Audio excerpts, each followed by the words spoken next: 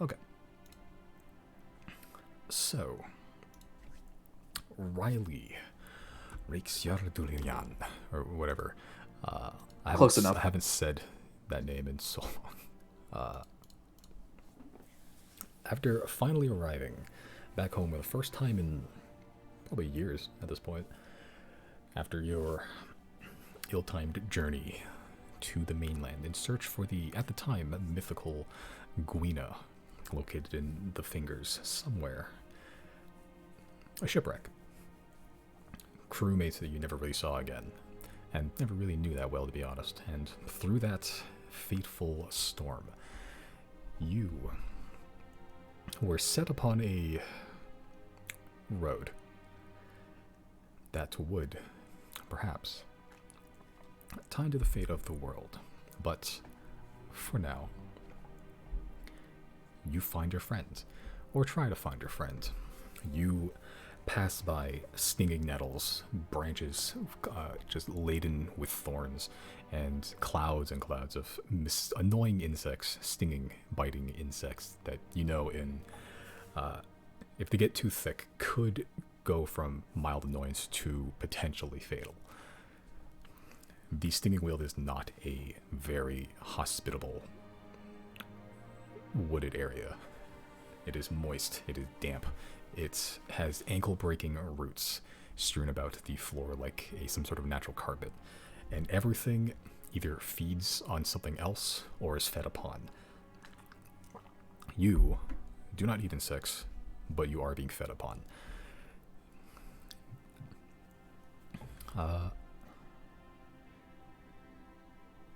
Except it seems you forgot that I already explained last session how I was going to avoid that fate.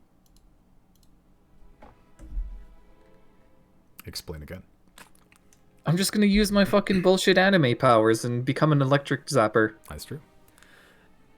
Yeah, it does ward them off quite a bit. It doesn't stop them from approaching you necessarily, but the ones that that's fine. Yeah, the ones that do get close, it does. You can wave it in front of large clouds of insects and get a good amount of them, but eventually some do squeak through. To be expected. To be expected. It's very hard to kill all the insects around you, but it does make traversal a little easier. At least more bearable. So, your goal currently is to find Yolparonaldin, correct? Correct. Okay. Said I'd meet him halfway to Illyried. Make a perception check. I don't have my window open. 1 second. Oh, now you want to lag, huh? Let me get some ambiance going here, actually. I think I have some.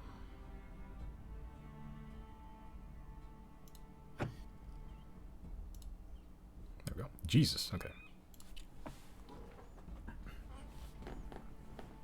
Oh, I'm not Reilly. I am still considering Hamburger. There we are. Better. Contemplate Hamburger. Yes, birds. And you walk through the weald for a good number of hours.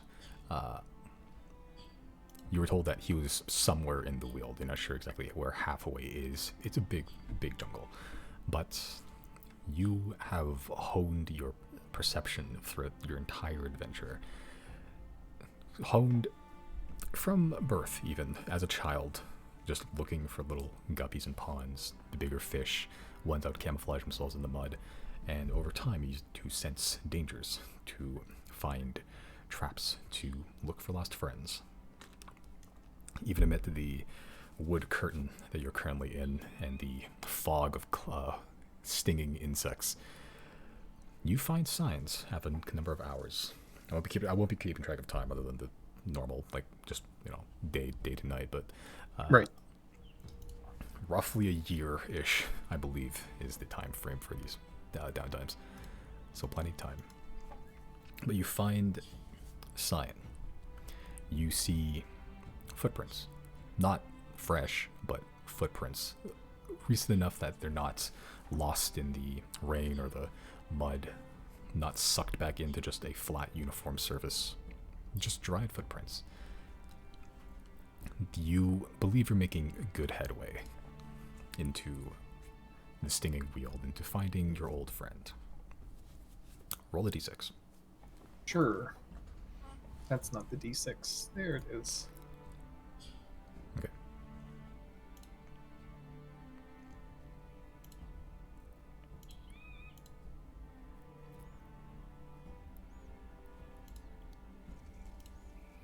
Okay.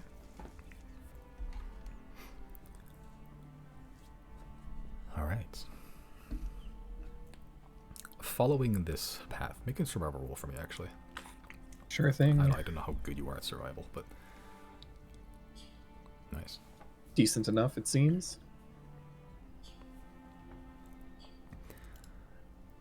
Okay.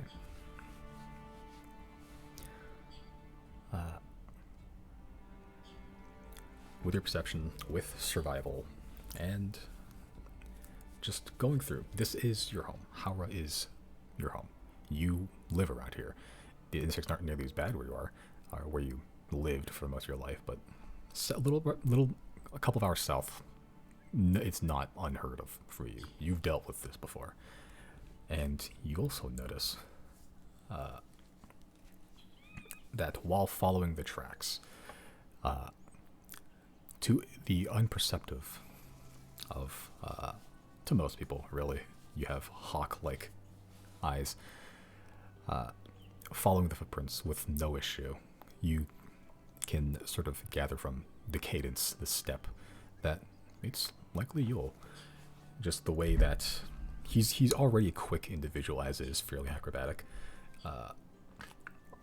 and while following it, a lesser perceptive person may not have noticed that the footsteps at the small patch of trees, these thin, long trees, begin to sort of pick up the pace a little bit to get more flowy, more showy, more just springful than a normal traveling gait would be. And looking to the trees, you see that they're kind of a familiar species. One that I believe you encountered once on your journeys. This is snaproot. They hunt by having these thin little bars on the ground, these natural roots that when tripped will spring up a piece of root to stab people. And while following Yule's tracks, you seemingly have noticed this as well, and just as he does, you follow in his exact footsteps to avoid springing any of these trees. Ah, so that's what it was. Mm-hmm. Good survival check. Clever! Okay, but continuing on for the next couple of hours. It's a big jungle.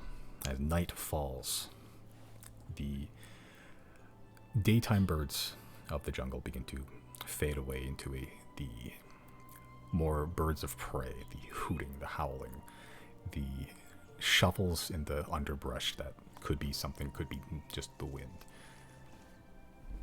And there is perhaps a side of you that does miss this area, the dampness, the breathfuls of just humid air, even if some of it is filled with insects.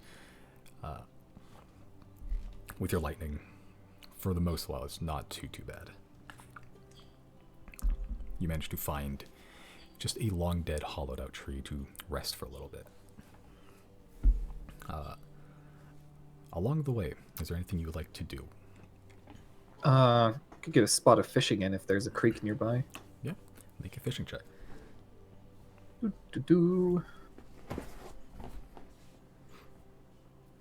Okay. You haven't traveled. You've been in this area before, but you don't have like a favorite fishing spot necessarily in the Stinging Weald. But you do find some creeks that's being fed into kind of like this growing pond. It looks like it could be like dried up at any point, but for now it's deep enough to hold some fish.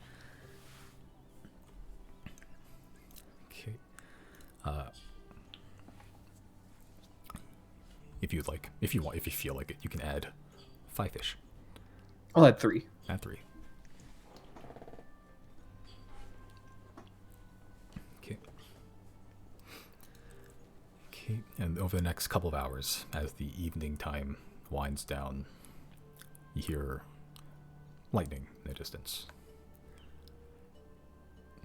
And you've had a interesting experience with lightning in the last couple months, with storms, with cold, with lightning. And it's a bit too dark for you to see where it's coming from necessarily, but you can hear the thunder. Just, you see a flash that sort of lights up the entire sky, and then just rolling through this deep, low rumble.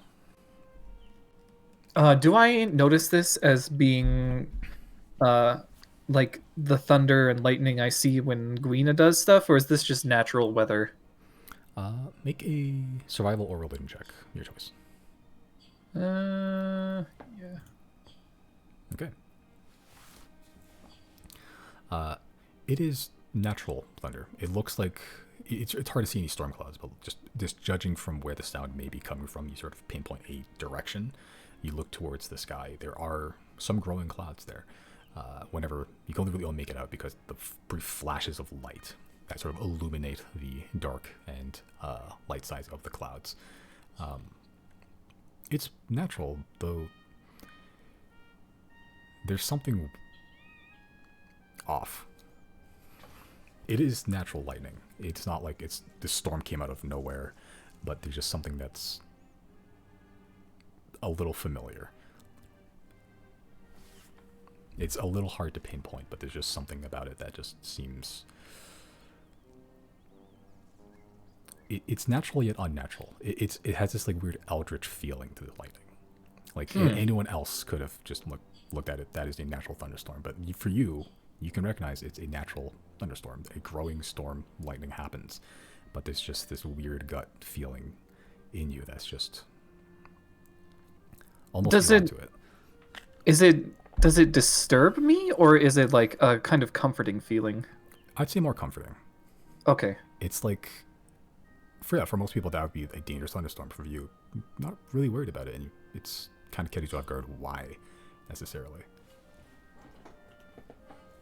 He's just gonna have a little smirk then and think to himself, finally, something's working. Yeah, and over the next couple of hours, slowly catching fish. These just river fish, normal fish, stuff that you've grown up eating, really.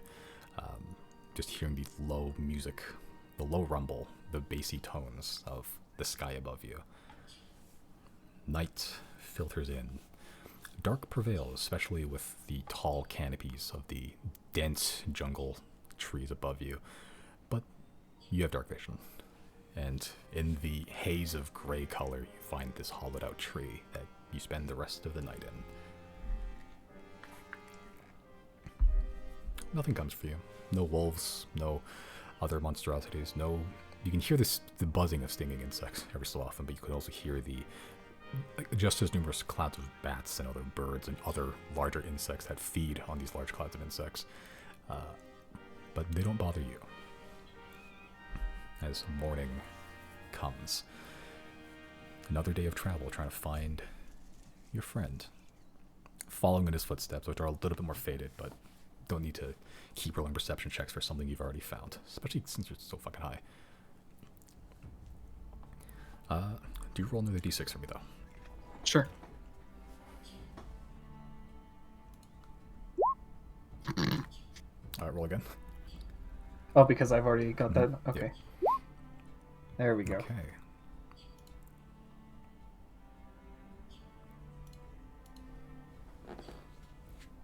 Okay.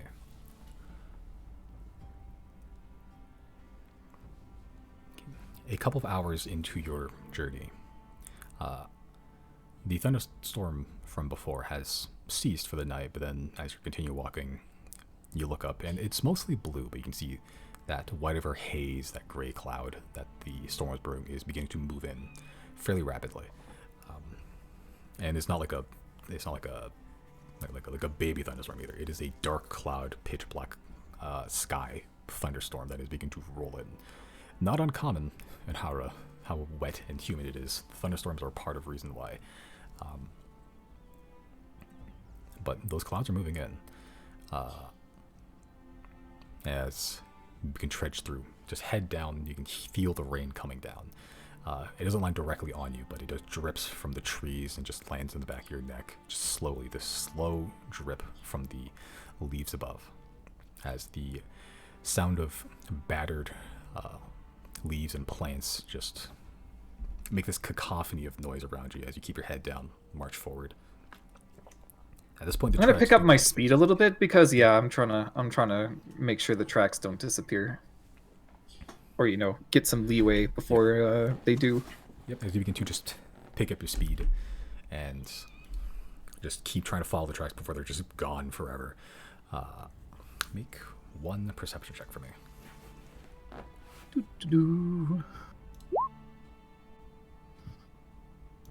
Jesus. Oh god. Oh my god. Okay.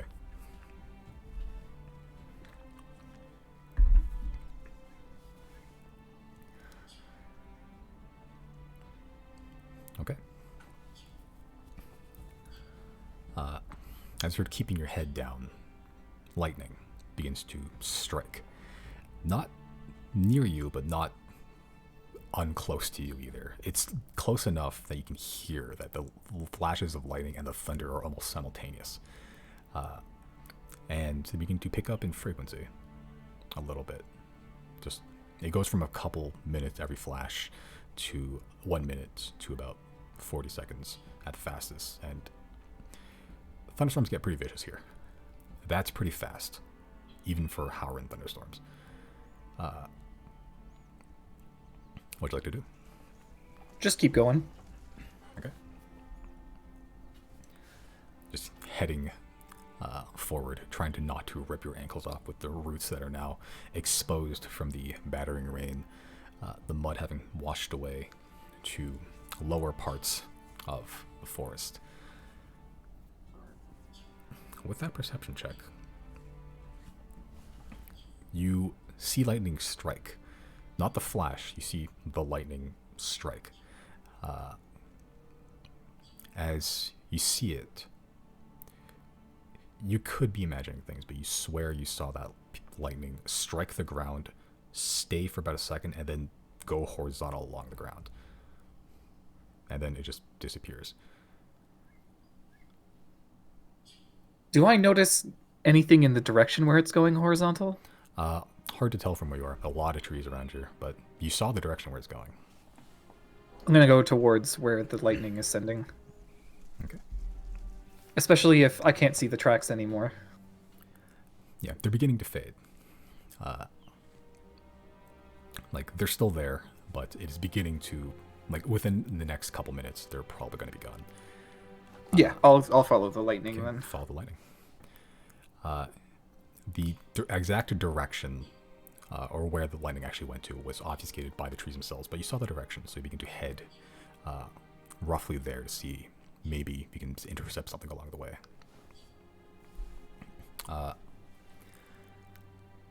The insects have hidden away at this point. And as you get to where the lightning sort of skated across the ground, you see burn marks. Like an actual trail that's been left by the lightning just in the ground. Like, the mud is wet, the dirt is soggy, but where the lightning struck, it almost dried up immediately. It left this just ashy canyon in the dirt itself. Make one more survival check for me.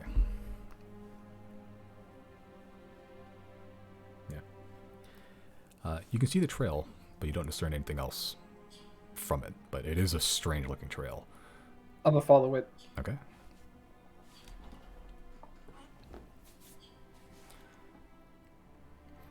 Okay. Following the trail. Following it for another 5 minutes, 10 minutes. Eventually the trail almost begins to fade. Like, the burning of the mud itself is beginning to just slowly lessen and lessen with every 500 feet or so, and it just eventually turns into just a mud track. The lightning storm is still surrounding you. Lightning is still striking. Is it making any new directional implants in the mud? Make a perception check. Lots of perception checks. You're good at these. I am good at these.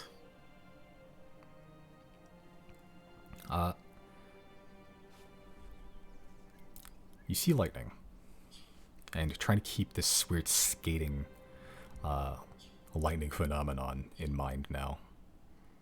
You don't see any more, but the lightning storm is still around you. You can just see lightning strike, but it doesn't skate along the ground. Occasionally, you just see this more of that like dry, ashy bit of earth, but it doesn't. There's no trail out of that. Can I look in the trees? Looking in the trees, a lot of birds taking cover. A lot of the species of monkey that are just huddled in like these groups of families, just try to keep out of the rain. A lot of animal life has hidden themselves up in there. You see a large species of bird. It's almost like this oversized, like toucan. Very colorful, very large, and it just stood there, just perched on a branch. Lightning strikes it, and it falls from the ground, just burning, smoking.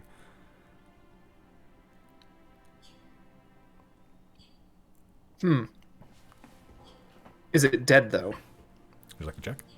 Yeah. You walk over to it. It is a toucan about the size of a large dog. It is a fairly large toucan. It looks very dead. It looks charred. It looks very absent of life. All right. I'm going to give it a friend. I'm going to take one of my fish out and place it near it. Okay. Take one of the fish out, make an offering to it. Make a religion check for me.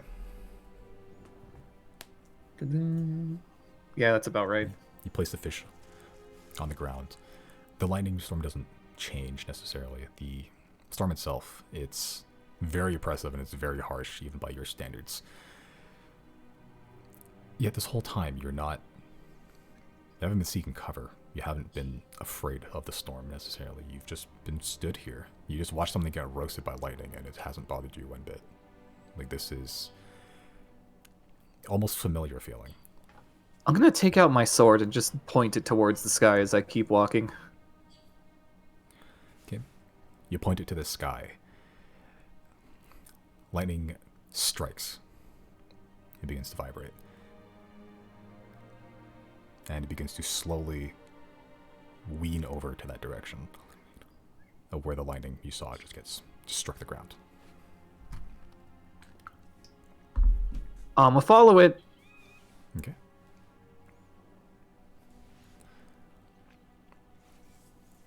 Okay. Following the vibration,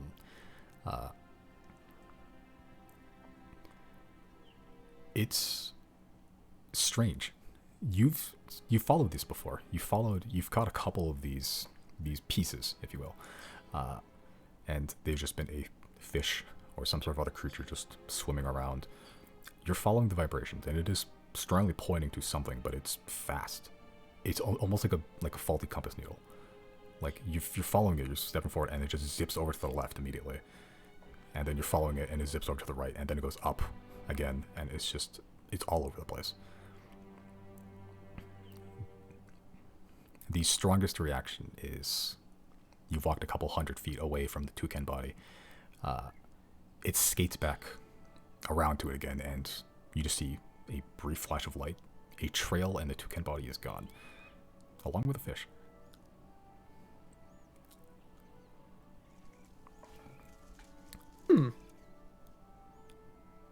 He's not really going to question what just happened. Okay.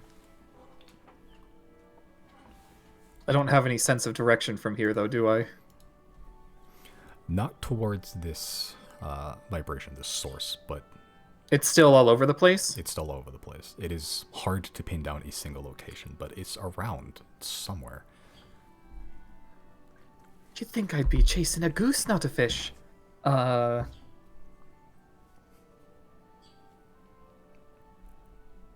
Maybe it's underground? Riley's gonna, like, put his ear to the ground and see what's up. See if there's any reaction from the sword, too. Okay. Make a perception check. Perception. Well, damn. Okay. It is the DC was pretty high because you were in rain while doing this, but that'll do it. Keep putting your ear to the ground. It is hard to parse out any individual sounds with the rain, with the battering of the entire earth by this huge volume of water, with lightning striking it, with the sound of thunder hitting it. Every sound imaginable is in the ground, and yet you isolate an anomaly of some sort. All the sounds are chaotic. There's almost no rhyme or reason to it, except for one. Keeping your ear to the ground, ignoring the ringing of your ears after every lightning strike nearby, you... Let me just actually put on some more fitting background music.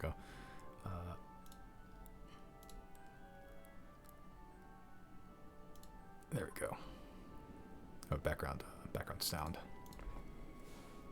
You parse out one sound. It is rhythmic. It has time. There's cadence to it. They are footsteps. Two pairs. One stops and starts suddenly. And it's in time with the lightning as well. You hear a lightning strike somewhere. You feel temperature point towards that direction, and then you parsing out every other sound imaginable. Tiny little footsteps just pitter-pattering at rapid pace just along the ground. Along the ground, not under it. It sounds like along it. You can hear the wet slapping of just foot to mud, but it is fast. It's like Sonic the Hedgehog, just like spinning tire tracks. And is it nearby? It's close-ish. I don't know. It's hard to tell if it's in like with viewing distance, but it's close enough that you can hear it through the ground. The second set of footsteps are heavier, slower, and also moving towards you. I'm going to move towards it then. Yeah, don't have to move too far. You can see, somewhat through the mists of rain, a humanoid figure, slender looking. From the distance, you can see it's enough light. You can see short brown hair, bit of stubble, rapier carried in one hand. A little just haggard looking clothing, very normal looking traveling clothes with just a bedroll backpack on. Yo. He'll rush over, give him a fucking high five. Yeah, and he high fives you back with the loudest high five, loud enough to rival the thunder the storm that you're in currently. Yo, my friend, it's been almost 3 years. Longer, actually. Oh yeah, it's time gets a little strange when you live as long as we do. Well, I'm not quite at that point yet, but I'm sure I'll get there one day. Well, you're getting there. Maybe one day you'll lap me. Well, let's not go that far. I imagine you'll be fine. So, halfway point we are, in the middle of a, less than stellar weather. Find it rather calming. Do ya? Yeah, it's nice out here, actually. But if it's not so great for you, then I can throw up a tent real quick. Well, if you have a hammer, I can help out. Nails. Oh, that won't be necessary. I'll just cast Tiny Hut. Okay, you cast Tiny Hut. As the spectral dome that's colored on the outside just begins to acclimate to the weather around you. This opaque, magical half sphere that protects you and your friends for a good amount of your journey, avoiding all kinds of weather patterns, and this is just no different. The air acclimates and the sound begins to muffle like rain against the window, because that's exactly what it is, really. Yule sort of looks at you with a kind of like what's like the Obama not bad meme. Yeah. You've been I see you've been practicing. Well, I figured since I got the talent for it, I'd put it to good use. Yeah, natural talent, I think. Yeah, far a sight better than what I can do. I'm sure you could catch up and even lap me. I You just got to apply yourself. No, well, maybe. I mean, I don't know a whole lot about your adventures, your travels, but from what I've heard, from what you've told me in my brain, it seems to be a mite more interesting than what I've done. Let's hear your stories first, then. Mine are quite long and very confusing. Just been traveling, same as you. Seeing the sights. Taking in the culture. I was in Noria. Thought about taking a ship to Sant, but my winds felt like they blew back home, so I walked. Before that, I was in Duzamar. Don't go there. What's wrong with it? Well, I don't know how to call it lawless, just that the law there can be very fluid. I wasn't looking for anything particular, really, just looking at things. Things such as? Interesting things. I like to go to places, look at, well, hear stories, rumors, and then see if they're true. So I, heard about the Guina, told you about it. I suppose that is quite close to the fingers, isn't it? Oh, yeah, a lot of, I like the mainland. It's, we have, well, on the Howrah, it's a little samey. I don't know if you've ever been to the capital. Obethis? Of Howrah, Iowa. Oh, no, I've not. It's a little stuffy. It's a little stuffy. Everyone has a bit of a hoity-toity nature to them. The mainland is, well, Altus is a little better, but Rias, the mainland generally, it's a big melting pot of everything that surrounds it. It's got elves on one side, the dwarves on another, even if they're not happy about it. Religious folk, not religious folk, wartime veterans, got it all. That is true. I've noticed a great diversity of people on the mainland. Advantages of being in the middle. Makes sense. Biggest, most richest country on the continent. And it shows. Except for Duzamar. That is, again, don't go there. Well, I think that would be indicative of, the status as the biggest and most rich country as well. Of course, there's going to be, outbreaks of perhaps lawlessness there. That's true. Greenina knows I've seen quite a few examples of that. Yep, the bigger, more complex your fiefdom, I suppose it is harder to oversee everything.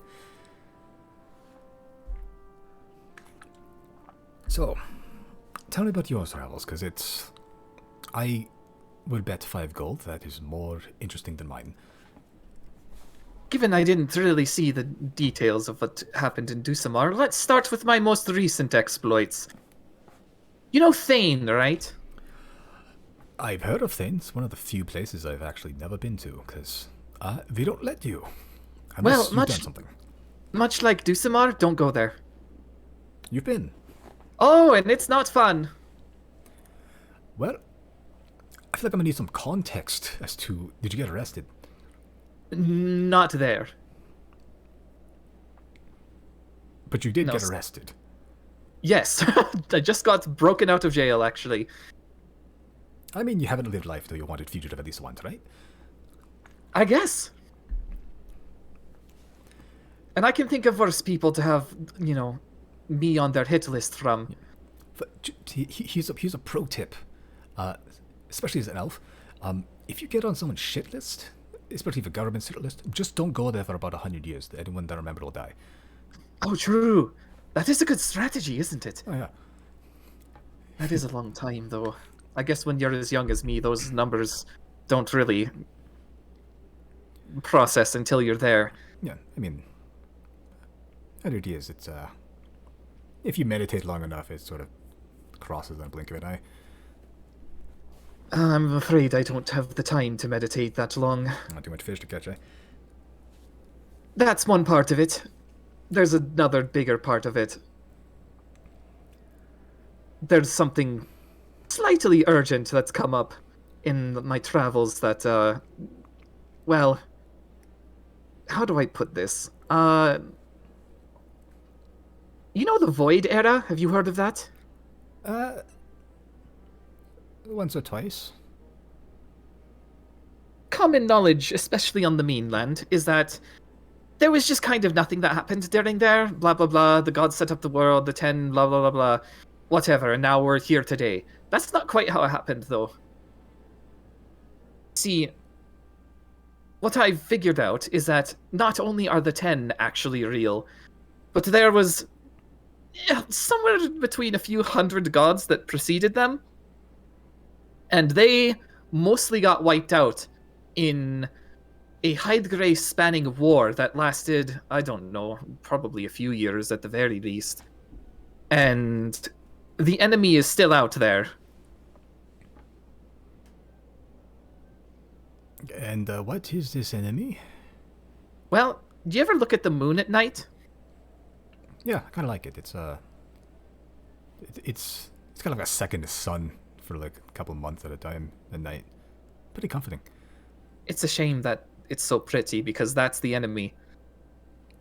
Back to the moon. All of it. The moon. Probably. We don't really know quite yet, but that's where they come from. They drop pillars, black as onyx. They spread corruption.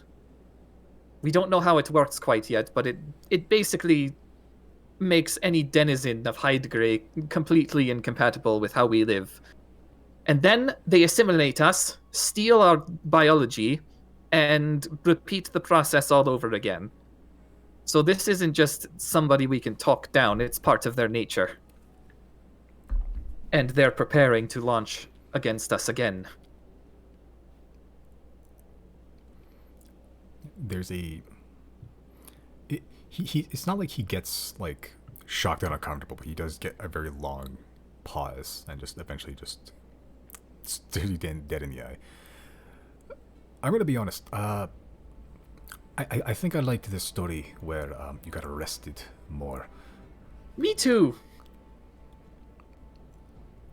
Sure, let's put the world ending on the back burner for the time being, and I'll just explain what I've been up to. Okay, explain yeah. arrest, the breaking. The out. arrest, what led to it, why I was there to begin with. I guess tying into what happened with the world ending, but also, finding out about what Silverwind's been up to, and explaining as much as I can about the interests of the Zodiacs in general. Okay. All right. So you spend the next long while, actually. How long does Dome last? Like 8 hours. Yeah. Yeah, you're good.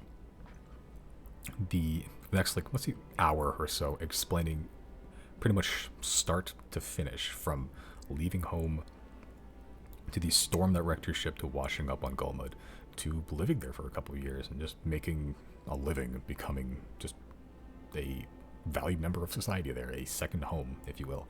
And then your whole start on this godly world-ending adventure, from a meeting in Imus to breaking out a fellow adventurer, to your own arrest, and all of the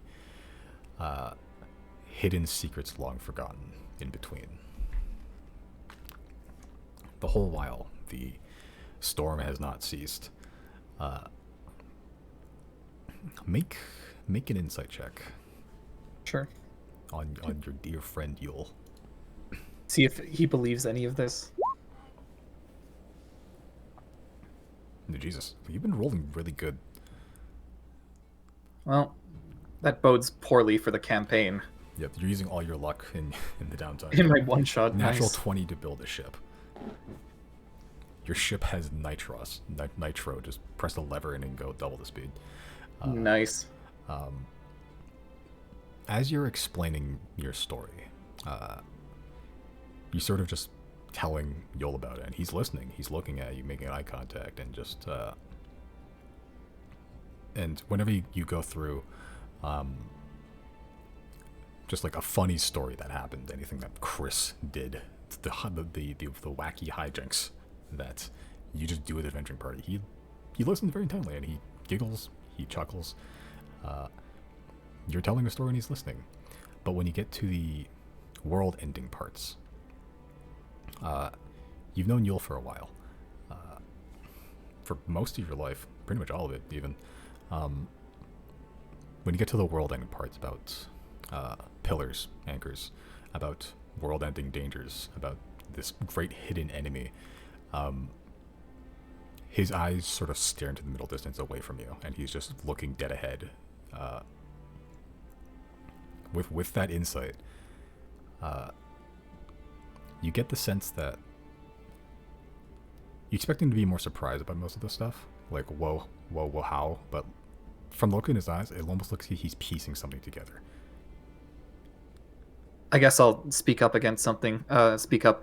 I've noticed you trailing off. Are you thinking about something? Just processing. It's just a lot. It's a lot. It's a lot. Yeah. Yeah.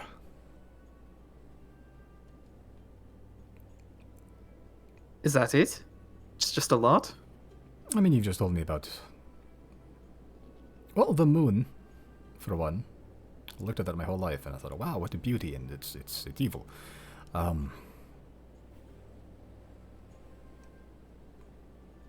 Yeah. Well, I guess I haven't told you how to fix the problem yet, have I? No. Well... Yeah. Have you contacted Yol about, hey, Queen is a god? I have. I did say that, and he's like, all fish are gods. Yeah.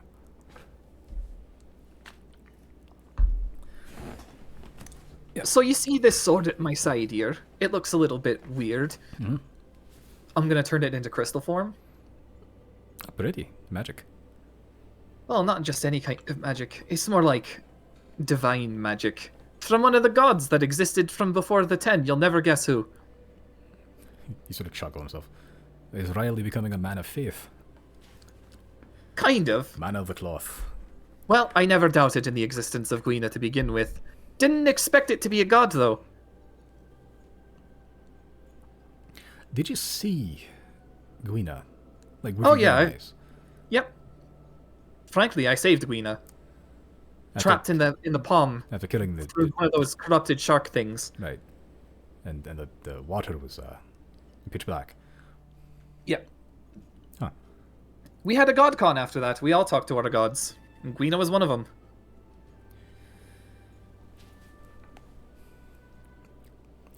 Make another insight check. Do insight. Yeah. You're saying stuff about Gwina to him, and he's listening, and he's acknowledging it. There's something there. You're not sure what, but there's something weird. Are you disappointed? No, it's just okay, maybe a little. All right. Yeah, I don't blame you. I'm slightly disappointed myself. I went to disappointed in that I wanted to see it, you know? Just, I went there. After I heard the rumor, I went there myself. Never saw anything. Didn't even see any fog. No fog? Didn't see no black water either? That's when I went there, no. Hmm. It was a pond, a lake. So when you went there, it was all wacky, strange, dark, mystical. Corrupted By these anchors. Didn't actually see an anchor, but did see a big shark, and then we killed it. I just assumed. That's what you've been doing with the time since you've been out. Well, That's what I've been doing for the most of the past few months, anyway. There was the 3 years I spent in Golmud. Those were fun. Yeah, good 3 years. I mean, as just our lifespan dictates that eventually, unless you stay in a place full of elves, eventually people are going to move on. They just don't live as long. So it's good to make memories while you can. Well, exactly. And it's kind of a shame that Chris is going to be the one to outlast everyone. What, you don't think You miss Zero when they're gone. You say Chris, you don't think you're going to be part of that ballpark? Well, I don't know. What I mean is that Chris is going to outlive Zero, and I think that's a travesty. I think this is I don't know. I think it's easy to wish for a long lifespan, and yeah, it has its perks. I mean, just outlive all your enemies and you win automatically. But I don't know. It feels I can't say for certain because I haven't lived it, but I think just looking from everyone else's standpoint that it's nice to have a set time limit that's a little short so you can make every day worthwhile. I mean, again, I know you haven't been to the capital, Iowa, but again, a lot of them are hoity-toity. They just have this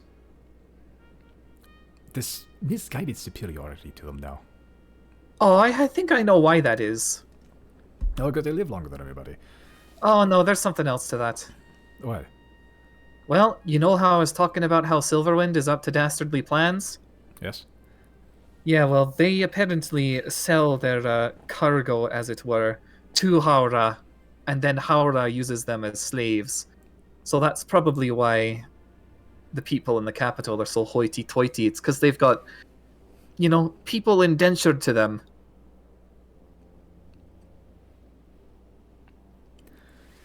And you don't agree with that, huh?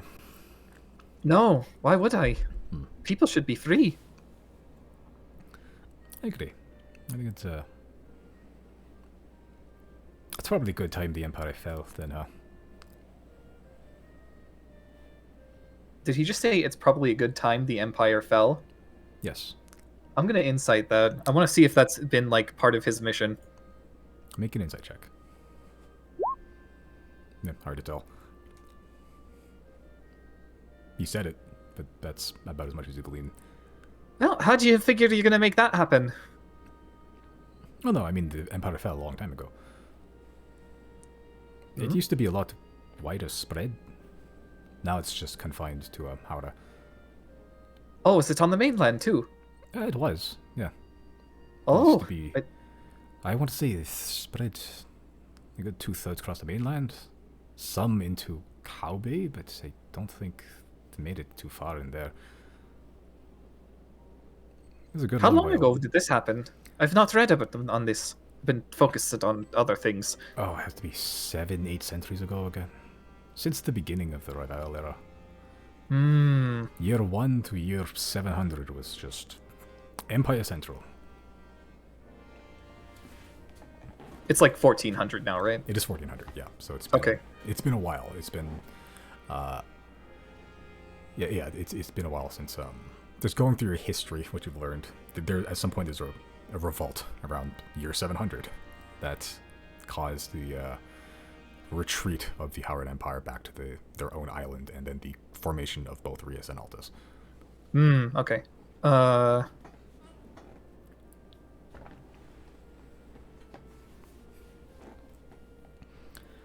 Yeah, it's the slavery used to be a lot worse.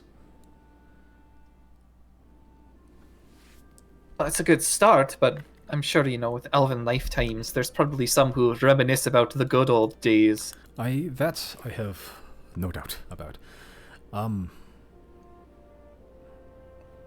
Yeah, it is, again, one of the things about being an elf. And almost the blessing of a short lifespan is that you don't take your time for granted. You go to the capital, there's a lot of elves talking about their old families, old heritages, old glories, the good old days. But outside of it, I mean, look at the mainland. Look at Sylvia. It is a mindset of only advancing forward. Through time, not backwards. This is very true. Yeah, so I like to get out. It's stuffy here.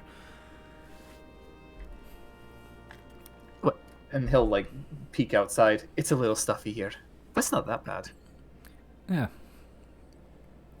I haven't left Ilreed since recently, last 3 years, and the rest of the world was a stranger to you till then. Bit of Tritia. I think that's last what you told me, right? That's where you took your bolt from. What did he just say? Tritia. Or Tritia, one of those two. I think I went there, yeah. Yeah, I went to take your boat. I think that was the first contact with civilization. Something Modern like that. civilization, yeah. I'd known a few things about the city before then, but it was a little bit weird seeing so many people and the bustling of businesses, and it kind of made me excited to get to the mainland. I think they got That's why I took. Well, yeah, that was a little bit unfortunate, but that also put into motion. I wanted to see a little bit more of the land before I went straight to the fingers. Also, let me hone my fishing a bit. Right, See what kind of fish are on the mainland is different from here. You're a master fisherman now, huh? Well, they don't call me the kingfisher for nothing, although they should probably stop. I thought that was you on the wanted posters. Yeah, that was kind of me. Okay. I was wondering if that was a different Reilly. Where'd you get the kingfisher name from?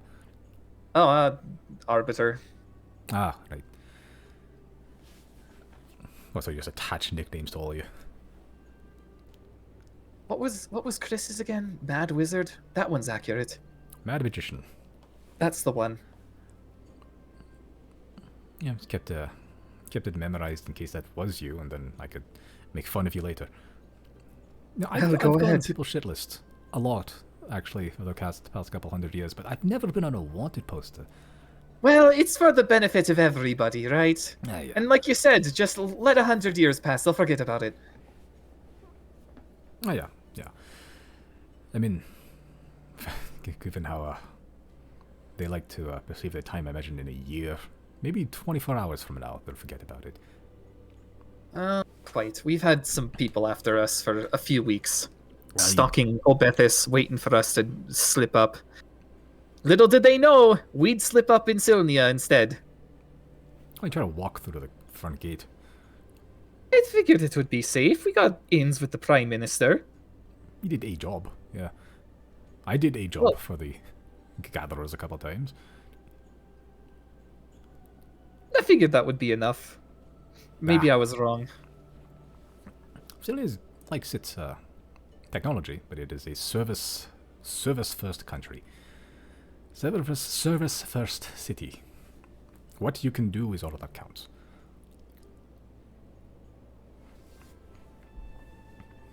Well, if I'm powerful enough to get on the Arbiter shit list, they could. Well, they are actually making use of me right now. That's the other thing I wanted to do. Search, a little bit of this Eastern Horror for spires, if I can find them, before we head back to the mainland. I don't know if you'll be following me, but I'll be following you the whole time. Oh, great.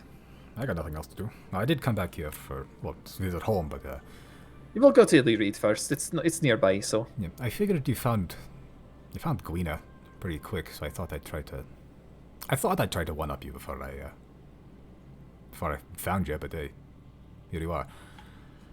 Well, the good thing about Gwina being a god is that you can share. Oh, I don't mean about the worshipping thing. I mean finding something legendary. Oh, well, in that case, there's a few more things I need.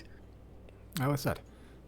Well, see, back when the war first happened, back when, before the Void era, Gwina's previous champion, Erlach Nohag, was torn apart in the war, and his essence was spread across the waters. I found a few fish containing his essence, and it's used to upgrade me sword. I know of a few that are still out there waiting to be caught. Make one more insight check. Do insight. Yep, you said it. So they're pieces of what legendary men, and you're finding them. Yep. And So you they're can feed it to your all sword. tied to marine life. Correct. Okay. Well, this is fortuitous. Do you remember the stories of Lightning Color Yan? Lightning color what? Lightning Color Yan. Do I remember those? Make a history check. History. Yep. Okay. You've heard stories of lightning color Yan. It's sort of an old wives' tale around Haura, this mythical creature that has the ability to summon lightning. As you know, as I've told, storms on Haura can get pretty vicious, and with storms come lightning.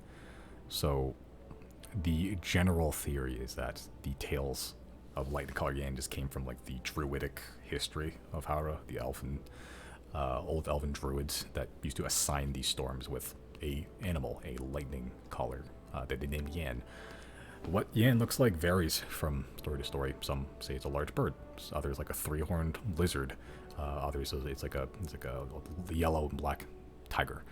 All of the stories, however, tell that when you're caught in this thunderstorm and you suspect it's Yan, either fear Yan, as most do, flee, take shelter, or challenge Yan by chasing it.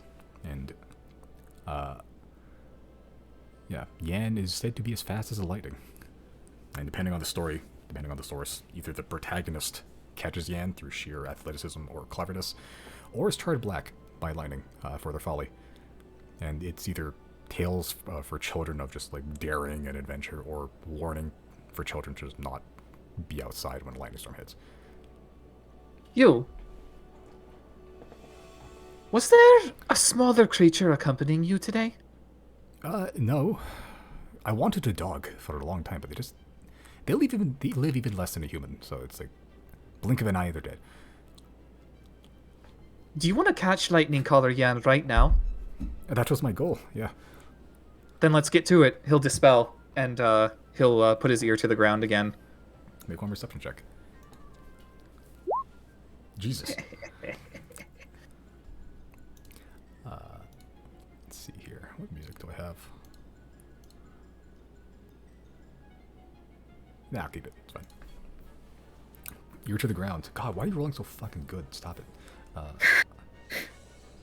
Dies immediate session back with the Zodiacs. Like 19 and a natural 20 in last perception checks. Yeah, keep putting your ear to the ground. The sword's still pulling and pulling to one direction or another. It's still all over the fucking place. And just trying to look up for these footsteps, you just hear pitter-pattering, even through the rain and the muck and the thundering pitter-pattering.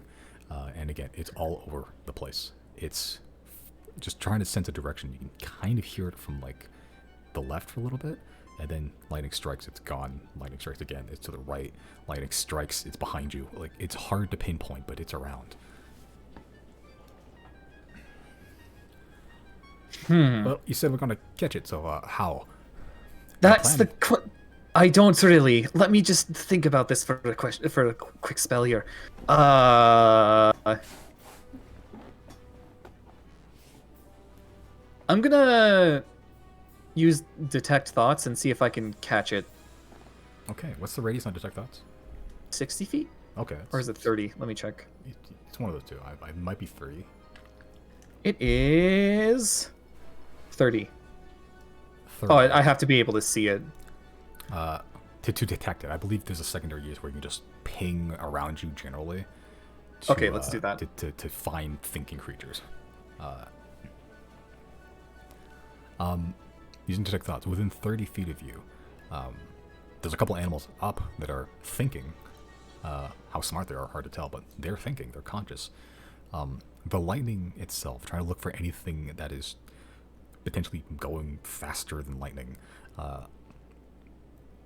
And within 30 feet, likely beyond it, you're not seeing anything that's pinging back and forth. All right, I have a second idea. I'm gonna coat Tempest Retort in lightning, and then I'm going to wait for lightning to strike, and then strike where that strikes. Okay, are you using like the teleportation thing? Yes. Okay. Okay, make a make another perception check. Sure. You're good at these. You're closing your eyes and you're listening to the thunder, trying to attune yourself with the clouds themselves of even, and just trying to focus where the next lightning strike will hit. You're trying to react about as fast as lightning. And your reaction times are fast, but they're not, for this instance, they're not supernaturally fast. Once you hear lightning strikes, you thrust forward and you teleport. 60 feet, I believe? Yeah. Okay.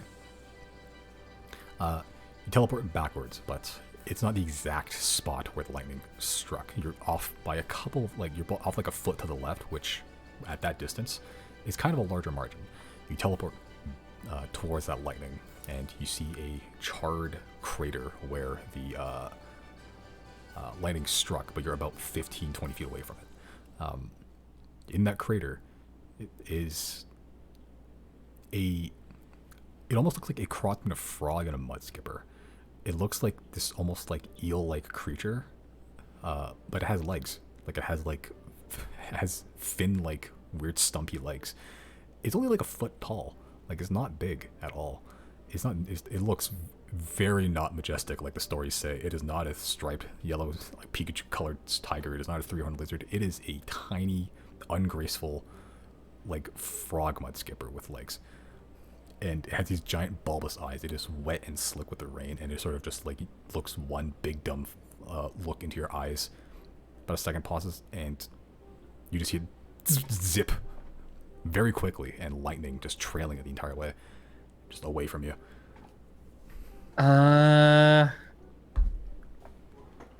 Did you see that, Yule?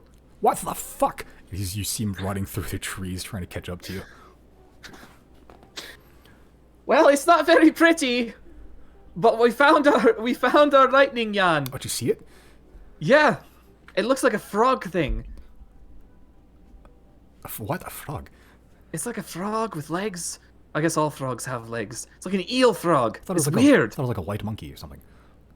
I guess people have different stories. Maybe it takes on different forms. Right now, it's a frog thing. Okay, well, clearly you're able to catch up to it, so you can do that again. I can only do that one more time. Oh shit! And then I have to rest on it. I have an idea though. I'm gonna cast Mislead. Okay. And I'm gonna have the Reilly copy run about and try and go after it. And I'm gonna try and lead it to real Reilly while he's invisible. Okay. Yeah, and then I'll just whisper to Yule, I'm invisible right now. That thing is fake, so just keep an eye out, yeah? Okay, I can do that. I don't think I'm as good as you, but... Alright. I have a couple of, little mystical tricks I have myself, so I can try to maybe tangle it up if it comes to you. That's a great idea. Okay, so... Plan A. Commence. I've always wanted to do that. Let's do it. Break! Okay, he claps, but is nowhere near as loud as everything around you currently. Okay, so you're trying to follow the trail of where Yan left its mark. See if you can guide it back towards you. Correct. Okay. Make a survival check. Sure thing. Survival. I'm a high roller. That's pretty good. Okay, keeping track. The distance it goes is about the same as last time before the trail just disappeared, but you kind of expected this at this point now because the second time you follow this trail, even with your illusion, you can track it.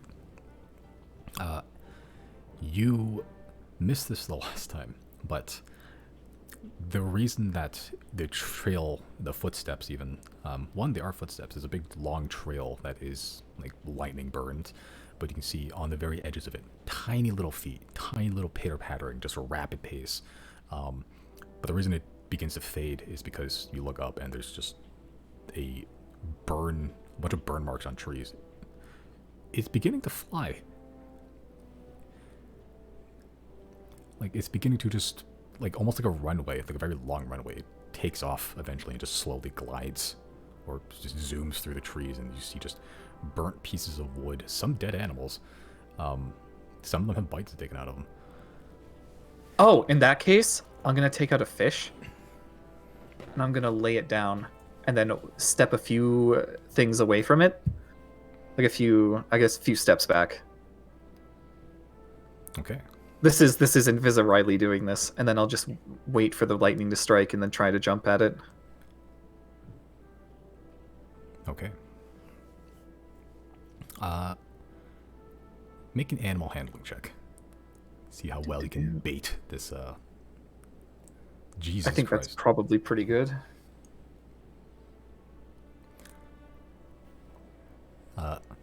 As you put the fish down, it's like a sizable fish. Yule sort of looks at you. Oh, I have an idea.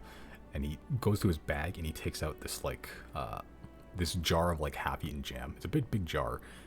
This glass bottle with, like, a cap on it. He sticks it out into the rain, just cleans out the jam, and, like, puts the jam, digs it into the ground a little bit, puts the fish in, and then hands you the cap. Brilliant. We're gonna catch lightning in a bottle.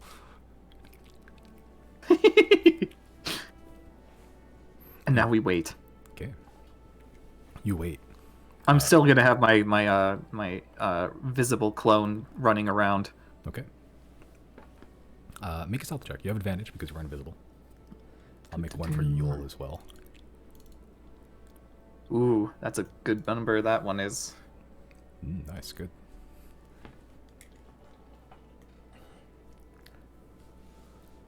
Okay. You sort of stood there in the rain, but because the ground is so compact, what you didn't anticipate was that when you're just standing there, you're slowly sinking into the mud to create very definable footsteps, like footprints, directly in front of the jar. And Yule sort of just looks at it. He's more decently hidden, and he sort of crawls towards you and begins to like pack mud over it, so it just looks like a pile. Your shoes are kind of now caked in mud, but they're now hidden. That's fine. That's fine. About a minute passes. This thunderstorm is beginning to fade a little bit. Less fade, more move, almost. You can still see the blue sky, but just it almost localized above you. It's like this disc of a thunderstorm, and it's beginning to slowly drift out over the next 5-10 minutes. The entire time lightning is just striking all around you. You can see more of that skating along the ground. Now knowing that it's probably Yan, as you're just waiting, 30 minutes pass. Lightning strikes directly in front of you. Out of the corner of your eye with your perception, you see Yule flinch badly, but he keeps his cool. And there's this ugly-looking fucking mudskipper frog. This tiny little legs, just webbed feet, slick and moist. It's not even like brilliantly colored. It just looks like a normal-ass fish.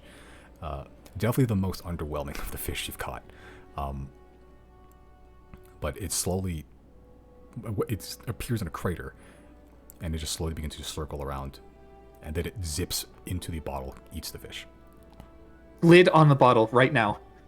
You catch the lid on the bottle, and you just screw it on, and you can feel it kicking around like mad. It is trapped in the bottle, and it cannot get out, and it is just squeezed in there, and it is just slippery and slimy, and it is turning to lightning, bouncing all over the place. Can't get out. Glass don't conduct electricity. Well, Yule, we'll hand this victory to you, my friend. I barely did it. I gave you a bottle. Come on. The bottle was instrumental. I didn't have one on me.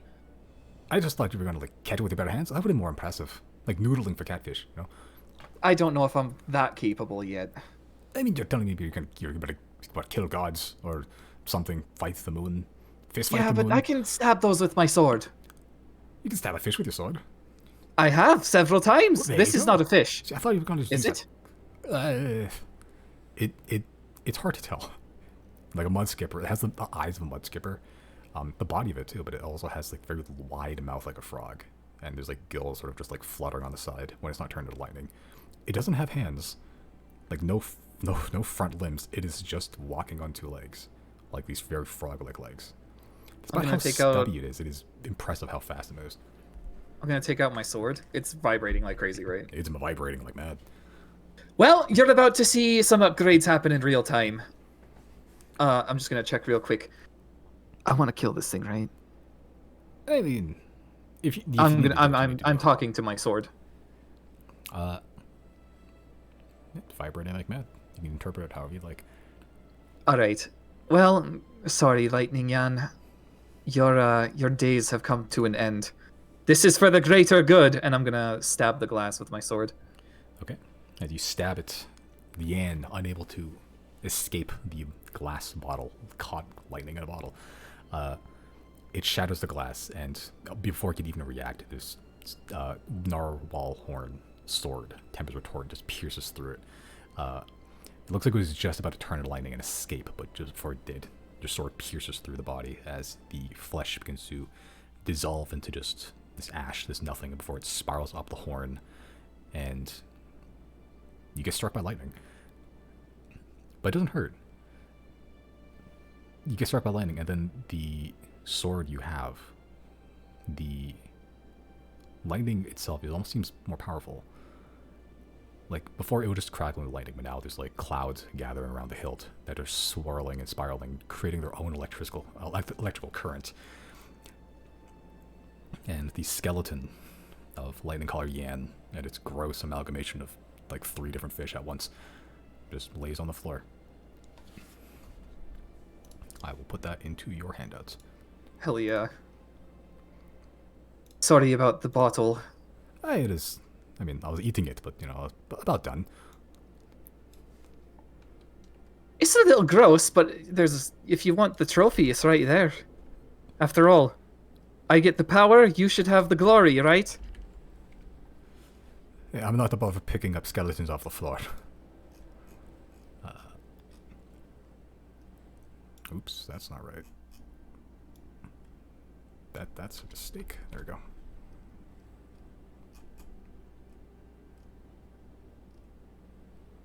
I think. Yes, it is good now. Okay. All right, let's see. Do Lightning Collar Yan. Ooh, neat. Neat. Neat. Just an overall upgrade. You are fast now. I'm very quick. Quick as lightning, even. Yeah. Oh, that really put a kick in my step. You're practically now I should... buzzing with energy now. I feel zappy. You want to give it a go? What, like becoming lightning? Hit me. You want me to hit you? Yeah. I want to see what you've been doing. I want to see the strength of Reilly now compared to what Reilly was then. Can I make like a perception or investigation or insight to check how powerful Reilly is? Make an insight check. I don't know what that number is. Oh, yeah, there it is. 10. He's as far as you've known him, he's a guy. Like so a well-traveled guy, but okay, maybe tone it down. But I just want to see, okay? I want to see everything you've done. Well, here is the amalgamation of that, then. If you get knocked out, I can bring you back up. Just prepare for hurt. See, it's risk-free. There you go. All right, there you go. All right, I'm going to hit him with the lightning strike, then. Okay. Code and lightning, and... boink! Jesus. That's a good roll. Actually, no, it's not, but... that's okay.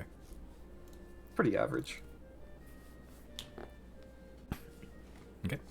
Yeah, you hit him with lightning as you just strike him with lightning. And the lightning is now like a much thicker bolt. It was already loud before, but now it sounds like multiple gunshots. It is a viciously thick, with 3 C's bolt of lightning as it just strikes Yul, pierces through him, and hits the ground. Is he unconscious? No. He's still up. He's still up? Oh, nice. Yeah, he buckles down to one knee for about 5 seconds, then gets back up. I'm surprised you're still up after that. I thought it'd be worse, to be honest. Oh, well, let's get you patched up, and then I'll just fuck it. Mass cure wounds. How much does that do? A lot. Enough to put, enough to put Yeah. him above, I'm pretty sure.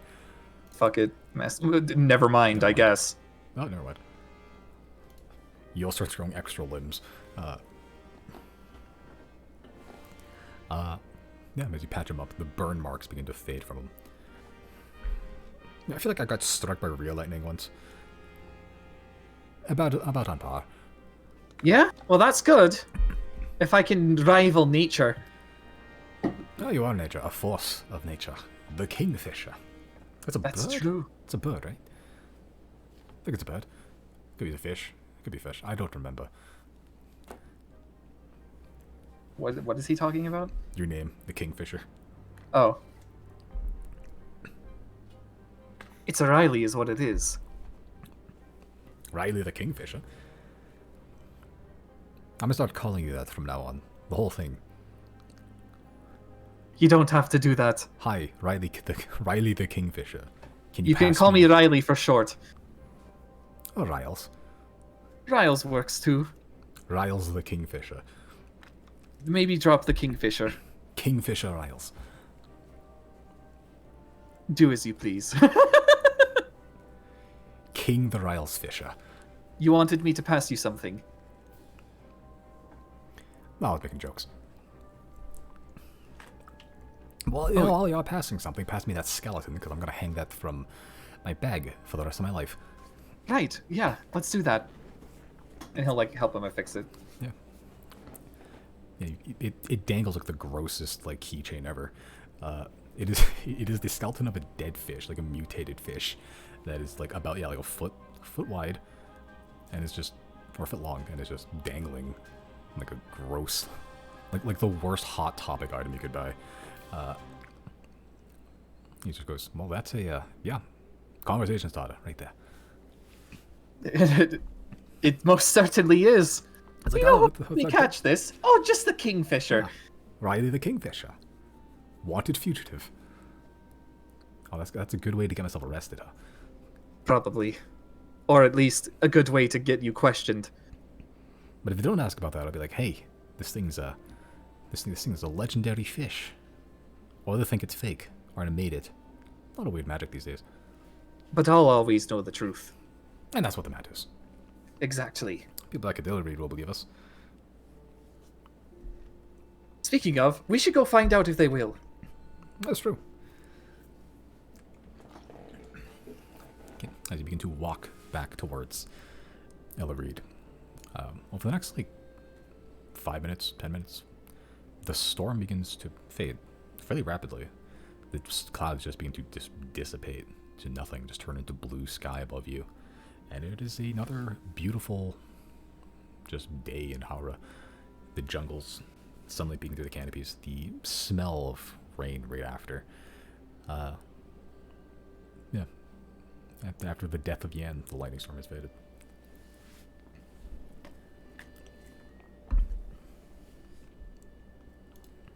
Okay. Then, as we're traveling, then, and the bugs come out again, be like, hey, you want to know the most mundane usage for a legendary divine weapon ever? He'll take out his sword and he'll just flick lightning in front of him. Bug zapper. I mean, if you're not using powerful God-given magic for uses like this, I mean, what good is it, right? Exactly, that's what I'm saying. You know what happens when we beat the enemy and everything's peaceful again? Yeah. This thing's gonna be useless. Multi-purpose, that's what I mean. I mean, more people should be thinking like you. Because, like, you know, how many times have you bought something and it just broke down and then, oh, you've got a new one or get it repaired? Just, no, use it for something else. Exactly. That's why the Acnes are so genius. I'm gonna actually let him, like, play with my the stick fish get while we're on our way back. Okay. Look at this, the future of fishing in front of you. It looks like a hernia with a handle. Is it a hernia again? Is it like a back problem? I think it's like a very bad pulled muscle in the back. I think. Yeah. Okay. Somewhere pulled muscle somewhere. Well, I've got a lot of weight on me. Maybe sticking in that bag. It's gone. I had one. Is he talking about a bag of holding? Yeah. What happened to it? Lost it. How did that happen? Well, okay. I got pickpocketed one time, alright? I thought I had my money. And then I went into an expensive hotel. Alright? I think it was the one in... what was it? Bethis. I don't remember what it's called. The fancy one. The one that, like, they don't really let people in unless you look like you're rich. Is that the legendary Apex? That's the one, yes. Yeah, so I went there. I thought I had my money purse on me, and then I didn't. So I kind of just got shafted with the bill. So I thought, hey, maybe I can bet it just some stuff of value on me in the high stakes gambling that they have. I didn't. I didn't win. So I spent the next month or so just working for free. I mean, they fed me, but I couldn't leave until I've paid off my bill. They had a lot of food, what I wanted to try. I always knew the night fort would be better. Although, considering what happened there, maybe not. There was a murder? Yeah, and we may have been responsible for that. Ah, right. Assassins. Yep. Casual. But it's fine, though, because the new owner of the night fort brought her back, and now she's with Janna. On our dragon. That is also a house. You know, in all my years of living, yep, I have, you've officially lapped me. I concede I do not have as interesting a life as you. It's circumstantial. I didn't ask for this. I just wanted to catch a big fish. Make an insight check. Insight. There's something about what you just said that put something uncomfortable in Yoel's mouth. That sounds weird. Something you just said that makes that sort of just cause Yoel to get uncomfortable.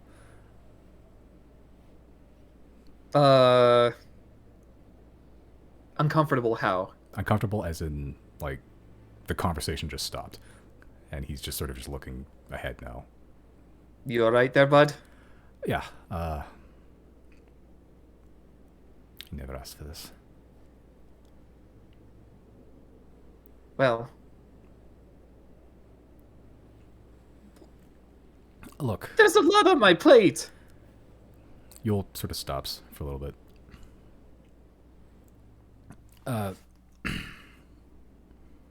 Reilly, look.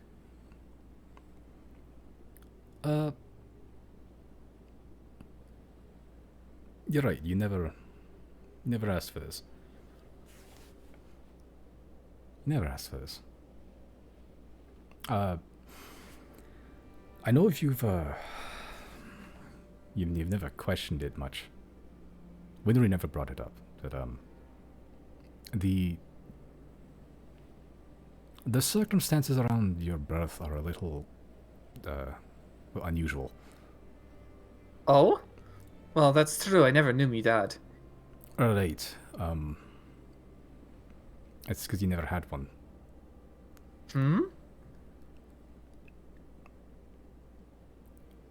Right, I have to, you're in so deep now. I don't know, it just became so... It's real.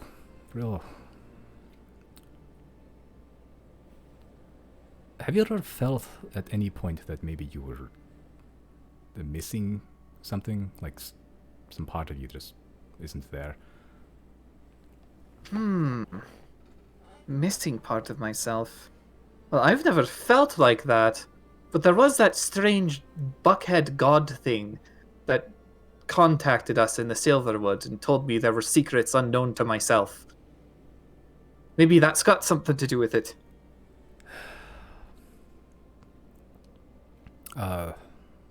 Yeah. This buckhead, maybe, was... Maybe, referring to me. Yeah?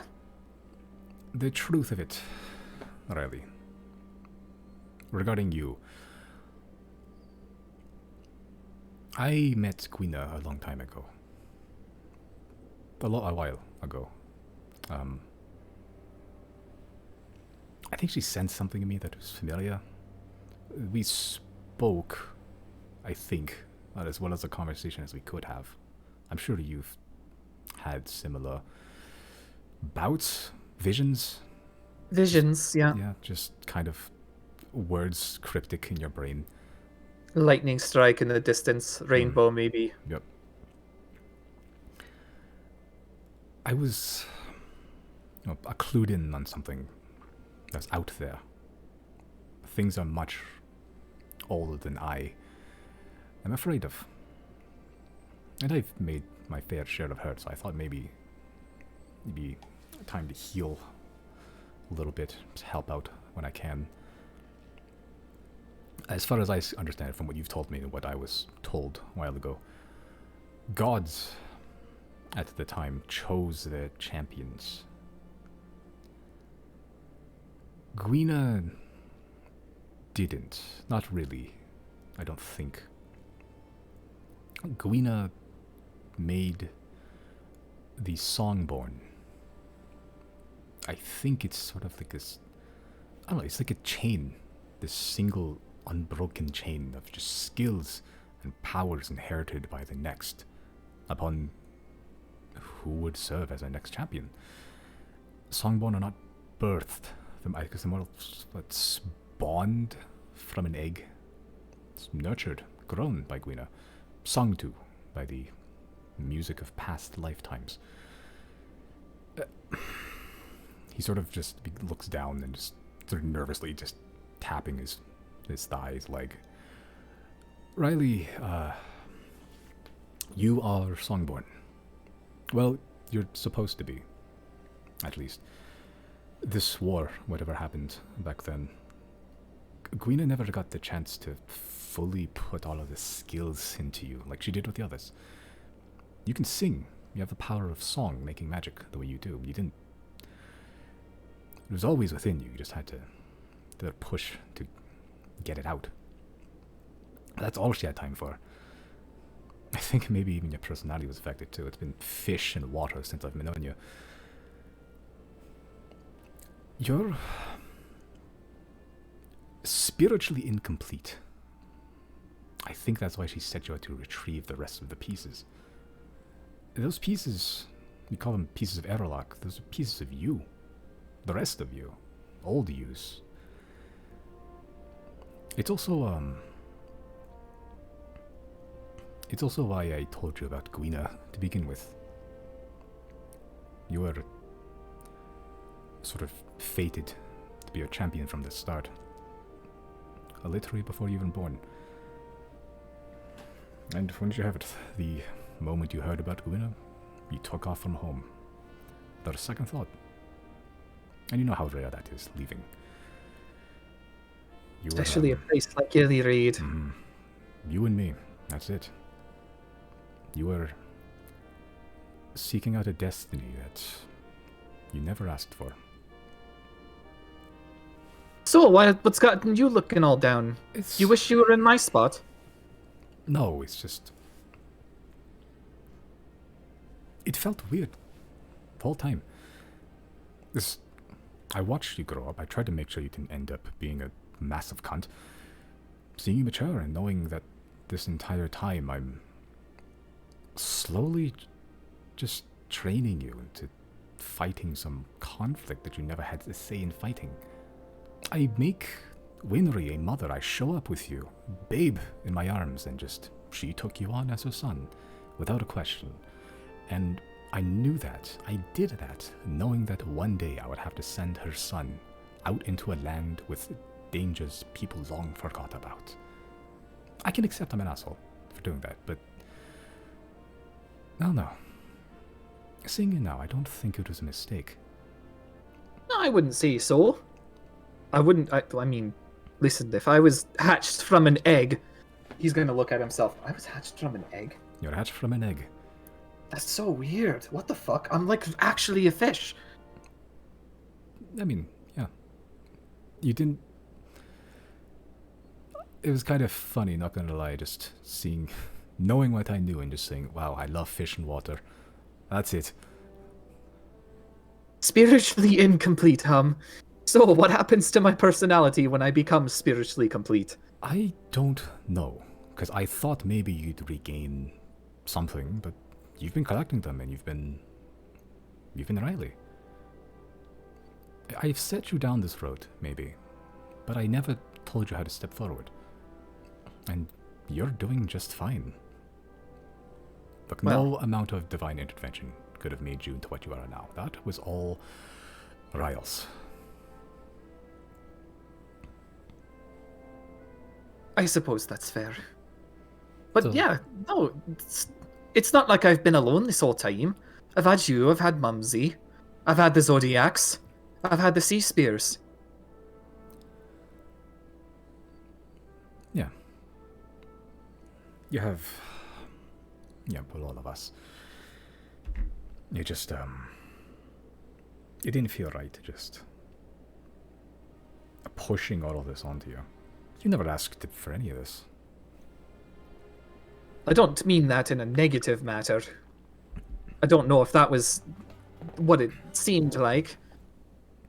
I think there's a bit of glory in saving the world. Making it another peaceful place so people can get along, fish, go about their daily life and do commerce, have fun without the looming dread of an ancient enemy on their doorstep. This, moon, this invader.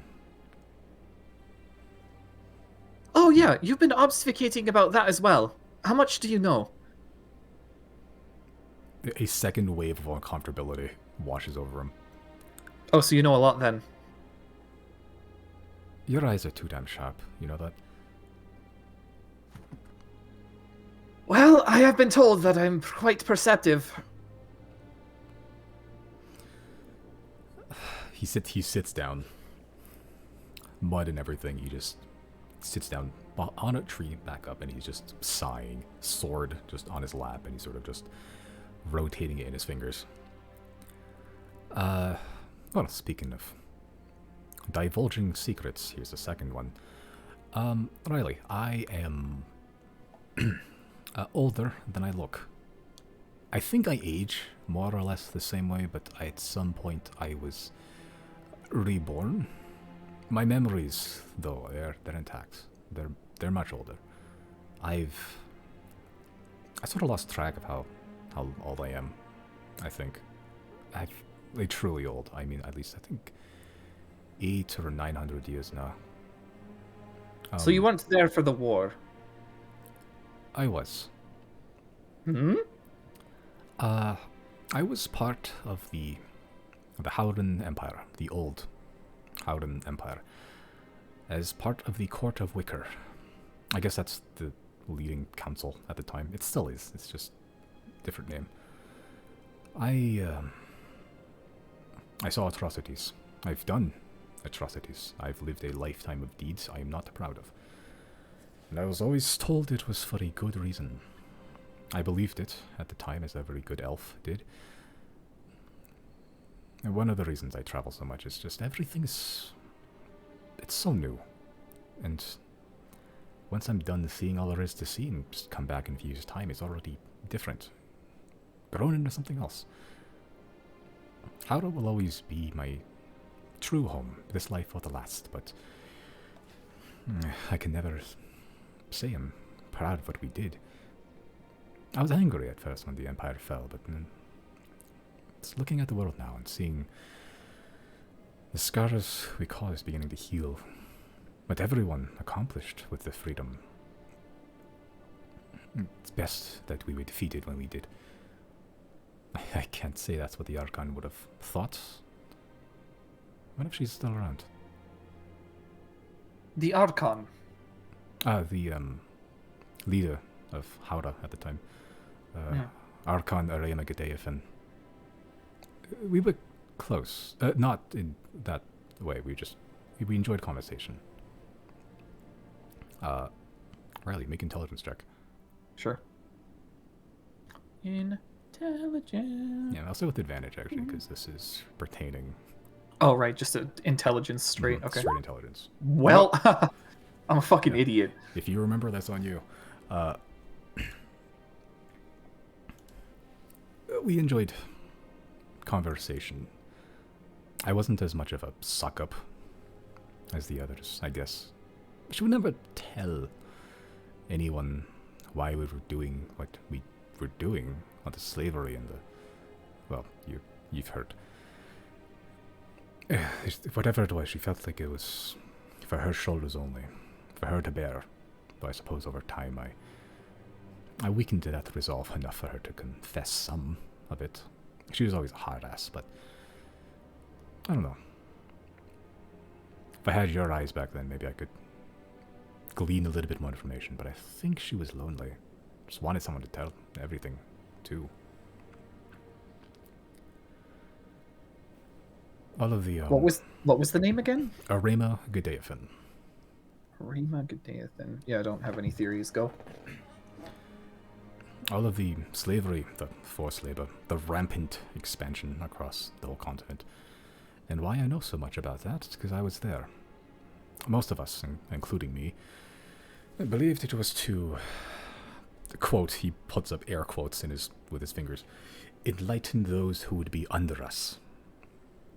A gift we bestowed upon them. It was a lie. Not one that she created, but she never corrected it either. It gave us a unified reason to keep furthering her goal. Tistreda Gaelmai Ilhanas, which is Elvish. Reilly, you speak Elvish. That translates to common, the thunderstorm that will bring flowers. After which Yule also goes, Tistreda Nalahai, which is just a separate sentence. Tistreda, thunderstorm. Nalahai, project. Tistreda Nalahai, thunderstorm project. Project Thunderhead! That was the true reason. What it was all for, the justification the Archon needed to do what she did for centuries. What? Project Thunderhead? What? Silverwind! What? Did I not... I guess I didn't. Remember... What was her name? Lila Roseri. Project Thunderhead. Was it Lila Roseri or was it the other one? Liz Ricaldi's Silverwind. Liz Ricaldi. I always get those two confused. Liz Ricaldi. That's the one. Yeah, Project Thunderhead. I mean, what? Do I know what Liz Ricaldi's race is? No, you don't. She might still be around under a different name. What, the Archon? The Archon. Who? I don't know what race Liz Ricaldi is. If she's an elf, that could explain a lot. Is there anybody you can ask? I mean, you could do that brain thing, right? I can do that brain thing. What was her original name? Oh, the Archon? Yeah. Arema Gudayafin. How does sending work again? It has to be somebody I've heard of, Yeah, with which you are familiar. Yeah. Which I think, like, if you get, like, a description good enough and, like, a name, that's generally okay. All right. I'm going to target that person then. The original name. Okay. Archon, are you still alive? Send message. Okay.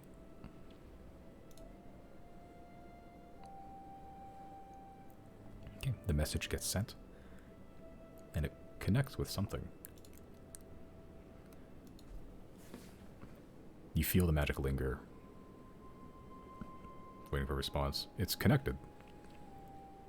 And you get nothing. The magic eventually fades on its own. She's still alive. Where? I don't know. I mean, I figured, but... Oh, she just...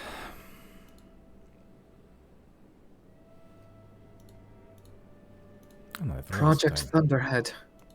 Can you tell me more about this? She never elaborated much. I mean, she played close to the chest. I mean, when she told me what she did, what she could, she said there's a world-ending danger. I'm assuming that's the one you talked about. Ones that the previous gods couldn't or wouldn't stop because of, her words, selfish impulses. There was something that she said that stuck with me. I mean, I never really understood the context, the gist, I think, but she said gods are children in a sandbox.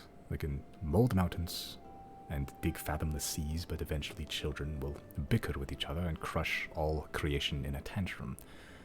But we are the ones that have to live in the sandbox, and it falls on us to protect the fragile miracle of life. I am the only living person to remember the sandbox, and even if the sand is stained with blood, I will make sure there's sand left to rebuild with. And I can only hope that in future generations after me, my crimson sand will be buried beneath new bountiful earth. I feel like I'm missing context for that, but everything she had us do was for Tistraida Nalahai, the Thunderstorm project. Everything. She had us, just all the resources, everything was funneled into it. She's lived far longer than I am. But she told me that Tistraida Nalahai was meant to protect us from this danger. And for her, it was worth making it, even if it meant being the villain of history. She told me that she didn't really care what happened to her afterwards. She said she would have abdicated happily, surrendered her empire, accepted execution. All that matters is that the thunderstorm was bringing flowers, whatever that means. It didn't end up mattering. The Athean Revolt, 700 years ago, when the empire fell and where I died, Nidus Aethia went on a crusade to free all the captive slaves and workers he had amassed. He had numbers. He had the confidence, the charisma. He was always a problem. The Archon knew he had to be dealt with, and he would accept no other terms other than freedom and independence for all on the mainland. The battle for us was lost. We couldn't compete with, well, the mainland. He seized everything, but the Archon refused to give an inch even after all that. Just come up with plan after plan, attack on attack. All of it to protect Tistraida Nalahai. But it was only after word came back that Tistraida Nalahai was attacked and destroyed as an act of defiance from Nidus that the Archon's will broke. She just stood up and left, disappeared without a word. We tried to find her, but no one ever saw her again after that. Even after, when everyone gave up, I tried to look for her. She was my boss, but I think more than that, she was my friend. And I was ambushed in the forest outside. Nidus's rebel army had made its way to Haura. I died there, bleeding out in the homeland as we were surrendering. And I woke up a few decades later. I can take a guess why. Revival. That's my guess. I kept my memories, but my body was younger. I was a child again. In my hand was a piece of bark with a message scratched in. Go live your life as you will it. I was only a few hours away from Illurid, and my old home is gone now, so I went there and they took me in without a second thought. It became my home. Seems to be something that we in Illurid just do. Good people, away from everything we did. But, well, this is a new can of worms. I have the reason to believe the Archon is currently presiding under the name Lizra Kaldi, the CEO. It's CEO, right? Yes. Yeah, the CEO of the Silverwind Company, and is repeating her mistake. Can you confirm that? I can try. I'm going to send to the Archon again and say, Reilly's the Songborn, right? Yes. Archon, I know you're out there. Archon, I know you're out there. This is the Songborn. I am also Reilly of the Zodiacs. Go.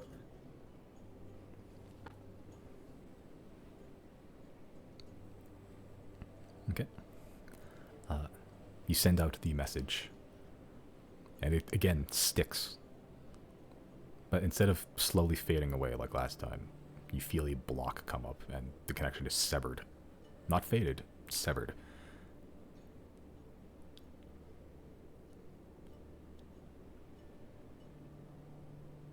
She's blocking us out now. Oh, okay. Fuck. Lizard called the CEO of Silverwind. That's my theory. Based on everything that I've seen out there and what you just told me, it all seems to line up pretty well. Project Thunderhead being, the main thing. There is something concerning, though. What? And that is, I learned from the underground, a top figure in Worlds Going Ons has confirmed that Project Thunderhead is set to be a city in the sky, one that will usher in a new age of sky piracy. So I don't know. Oh no. If the Archon is planning this, why she would do this. It could still be that Liz Ricaldi is not the Archon. Because what does building a city of sky piracy do to benefit any of us? There's no flowers to be seen there. No. I mean, she never told me what it did. I've seen it. It is city-sized. And it's kind of beautiful, but it wasn't complete. If he looks genuinely perturbed at this point, like he's pacing back and forth, this mud squishing in the ground. It still smells very nice, but it is now tainted with this stress sweat, if you will. If Tisseré Nalhai was supposed to protect us, it was meant to be a world-saving object. A weapon, maybe, or something. Probably get it into the sky and point a big cannon at the moon and blow it up or something. Maybe. I mean, that would be a permanent solution. Was that her plan the whole time? Christ. Who's that? Gwina, give us strength. Oh, Gwina, give us strength. If Silverwind, if this Ricaldi is Arkan Rema Gedeyafin, then there could be a ploy to just bring it back up again and use it as was intended. But if not, then that weapon, that protection, that whatever great object of power is now in the hands of someone that sells children into slavery after stuffing with drugs. Not exactly the Archon you're used to, huh? No, I mean... She did say the Sea of Crimson beneath her, but maybe not this way. I feel there's better ways to do this, especially with the old gods back in action. Yet here we are. Liz Ricaldi is sending literal ancient assassins after us. If only we could have talked this through from the beginning. Well, there is one piece of good news. I have a middleman. Well, let me check if I still have a middleman. I'm going to send to Tannen, what was his name? Tannen Lorig. Tannen Lorg? Tannen Lorig. Tannen Lorig, that's the one. Yeah, I'm going to send to him. I'm going to say, are you still holding up, bud? How are things on your end? Whoa, hey. Yes. Holding up good. I am recovered, heading to Sod. Business. What's up? I'll send to him again.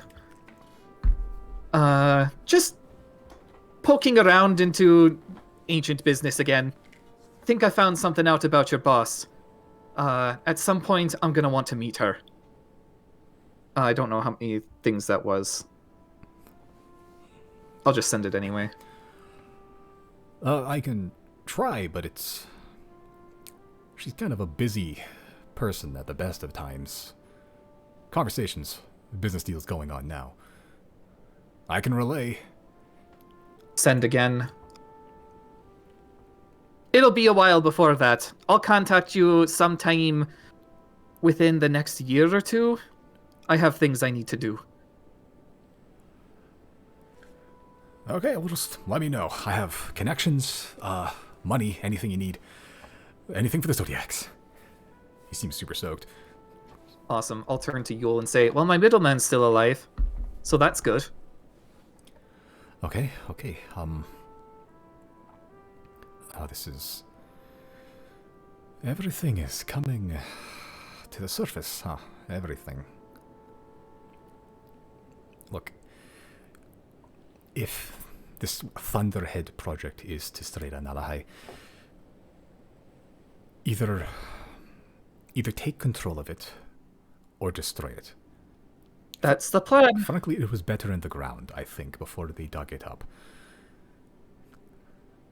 I thought... The gods of Ancient seem to believe that the Zodiacs have this under control. So I don't know if we need a big city-sized sky pirate laser city. You want to know another secret? What's up? I did not go to Duzamar just to see the sights. What was in there? Well, you could... It used to be called... Duesamara. Blooming tree. They call it Dusamar now. They bastardize it, it's fine. It was a big work site at the time. Everything pulled there. The most population, in terms of city, in terms of, well, slave numbers. And where the Athean revolt was won. Erema never told me directly, but just from logistical numbers I looked at, I think Tisret and Alahai was there. I mean, Nidus eventually got to Due Samara when he did, and that's when we got the news. So I went there to see if I could find it, but I turned up nothing except a lot of avoided muggings. So I thought maybe he destroyed it completely. It was gone, it was buried, it was forgotten, but no, I guess not. Still in the works.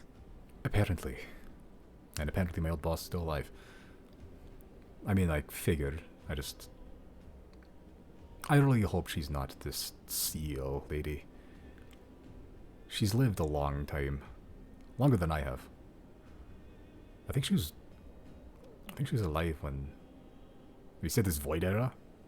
She's kind of just showed up one day and just announced herself leader, and she was the oldest. She had the most powerful magic. I wonder if she was part of the first fire. Maybe. I mean, maybe. It makes sense. It would. She did say she's the last remaining person that remembered the sandbox. If she is part of the first fire, that might not be entirely true. Are you telling me Reilly's gonna look? Reilly's gonna look around at some nature and be like, "All right, Wolf Speaker, I know you're around. You want to tell us some more stuff?" Make a perception check. Where is perception? Perception. That's pretty good. You see that. You look around. You see a white lily close up and disappear from a tree. Ha ha! I knew it! Why so secretive? Come back! With that perception check, looking around, don't see anything else. Ugh. Well, one of the first fire was spying on us just now. What do you see? Well, usually forms in some sort of flower A lily? on an animal. A lily, yes. So she is alive. There you go. Yeah. I don't know who this person is, but That would be the Archon. She liked white that's lilies. the Archon. That's the Archon. She liked white lilies. She gave me one, and then it was a real natural one, and then I lost it when I died. But it's her favorite flower. Oh. So she likes to just make it everywhere. I'm sorry I equated you to Lizra. Please come back. So she isn't Lizra. Well, I don't know. She still could be, but I don't think so. That'd be a twist. I mean, she has had a streak of brutality. Drugs is something I didn't expect her to dabble in, if it's true. This is beginning to hurt my brain. It's a lot of information. Why don't we go retire to Illyreed Please. Yes, I think I and need just to relax for a sleep, bit? fish, have a berry. A good one. A good berry. Okay. Oh, it's a shame Jana isn't here. She could give you one. He clenches his hand and holds up a red berry. Do you like good berries? Oh, I'm used to them. I'll have some. A trick straight from the Archon.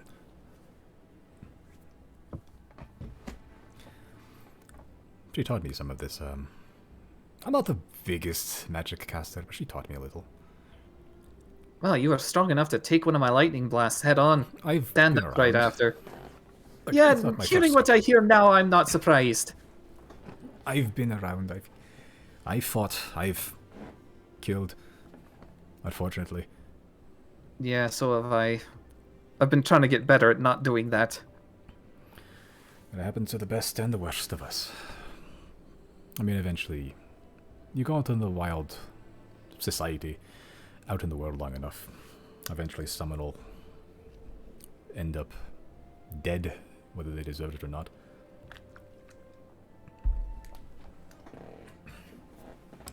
Well, let's hope that doesn't happen to us before our time comes. Well, I don't know. I'll look at him and say, "You're not looking to die again, are you?" No. Not anytime soon, though. No, there's no guarantee I'll come back.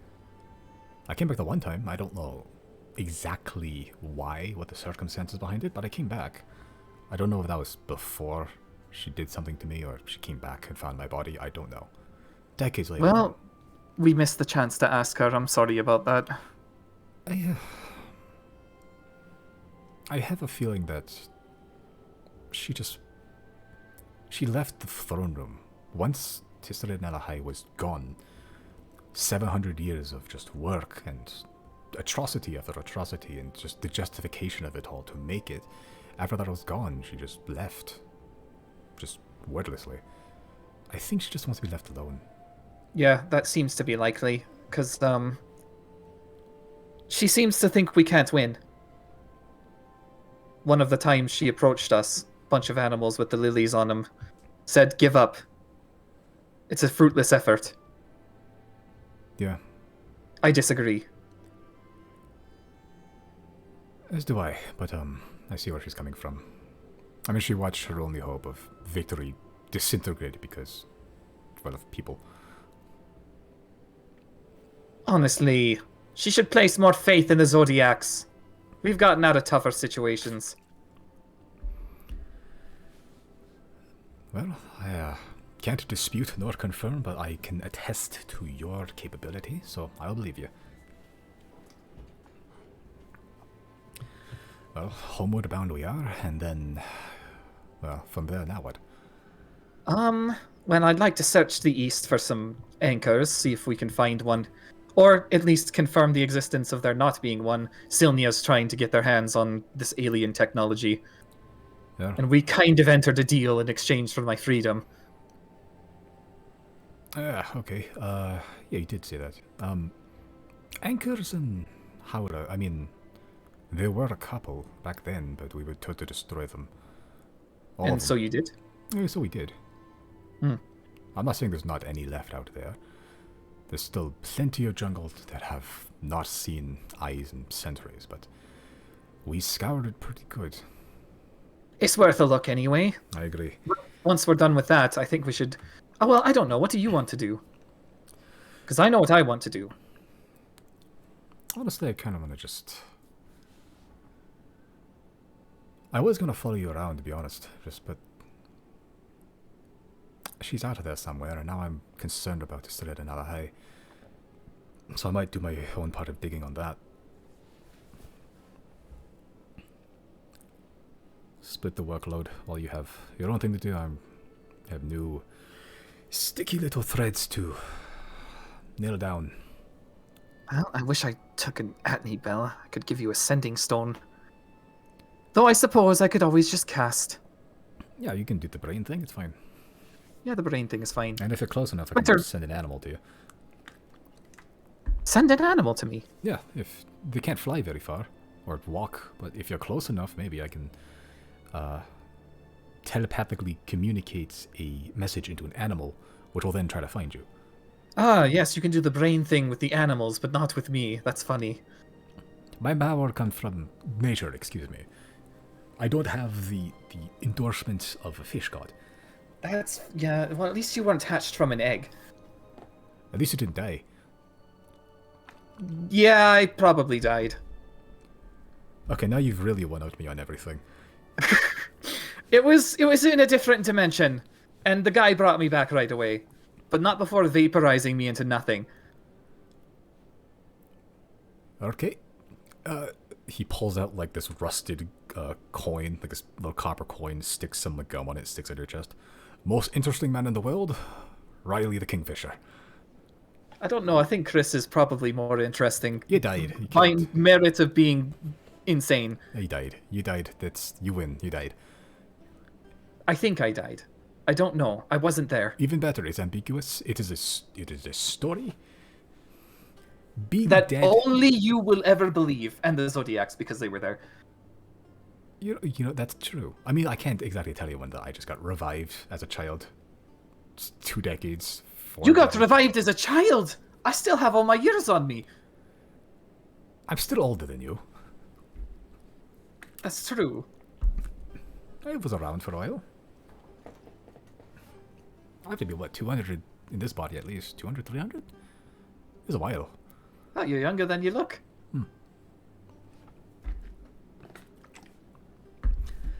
I'm older than I look, too. This is true. Wow, what a strange dichotomy you will. Glad I learned a lot about you today. And myself, apparently. Wasn't expecting that. Egg Boy. Egg Boy, that's a good one, though. Maybe we can stick with Kingfisher. No, I like that one. Not Egg Boy. He's Reilly gonna, Egg Boy. he's gonna be holding his head down for the entire rest of the trip. So, onward back home, Egg Boy. Yes, Yule, let's go back home. Good berry. It looks like an egg. Fish egg. I will never see these the same way again, and he'll just pluck one and eat it. Yeah, it tastes a little spicier than Janice. But it's mostly like a good berry.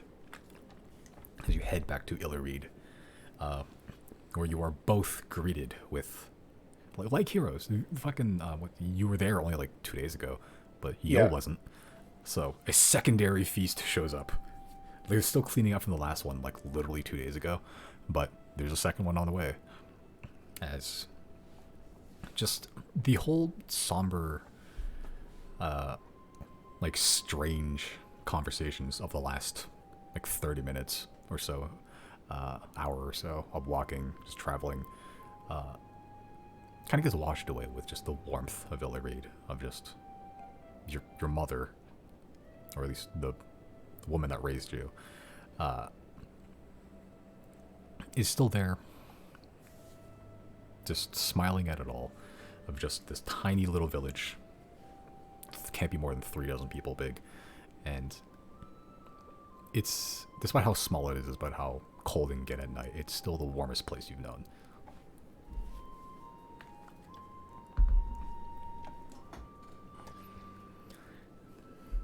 Okay. But the night falls as day peaks up after another a secondary feast.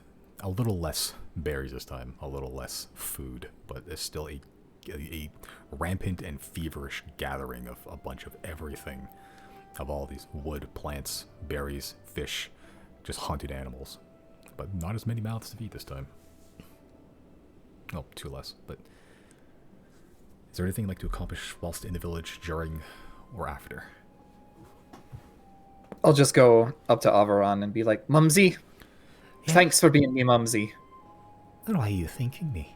I mean, I've been Mumsy since day one.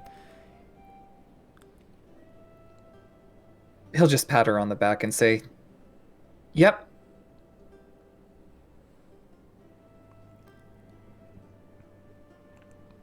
She sort of has like a look in her eye that, like, some sort of recognition the smile fades for a bit, only for a moment, and then comes back. He sort of pinches your cheeks. Sorry, I couldn't bring my dragon. We'll have to get back to you on that one. Sort of, yeah, just peaks, cheeks still pinched. No matter where you are, what circumstances, you'll always be my son. You'll always be me mumsy.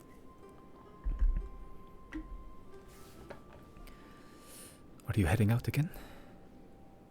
He'll look to Yule, if Yule is here at all. Yeah, he'll probably stay in like the same house as you for a little bit, just Yep. because. Depends on what old Yule's up to.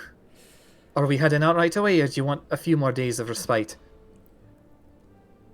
The plan was a few more days, but well, I feel like the clock's sort of oppressively ticking in my ear now, so I might head out immediately.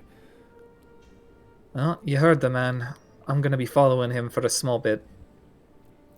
And then I'll be back to the mainland. Your mother sort of unpinches the cheeks. And she sort of goes through just like the underneath of her bed, just finds just a bunch of objects, and she pulls out this, not like lavish, but like this sort of beaded bracelet, and is made of just a bunch of like little tiny little shells, like snail shells, the shiniest that they could find really, and just wrapped in like this very thin braided cord made of bark, and she sort of just hands it to you. Is it like a bracelet or necklace? It is a bracelet. Okay. Just something to remember us. I know you'll never forget, but maybe it'll just help you find your way home when you're in need. When you need to be home. Sounds great to me. Wherever you are, whatever danger you're in, that's just something from all of us. Yeah, I'll be sure to thank everybody on their way out. Yeah, it doesn't look like old or anything. It looks fairly new, so it's fresh, freshly made. Yeah, sure. Well, now Illy Reed will never leave me, so that's nice. And sure gives you like a kiss on the forehead. Go, Reilly. See the bird. All of it. And then come back here and tell the kids, tell me, so that they can have something to dream about too.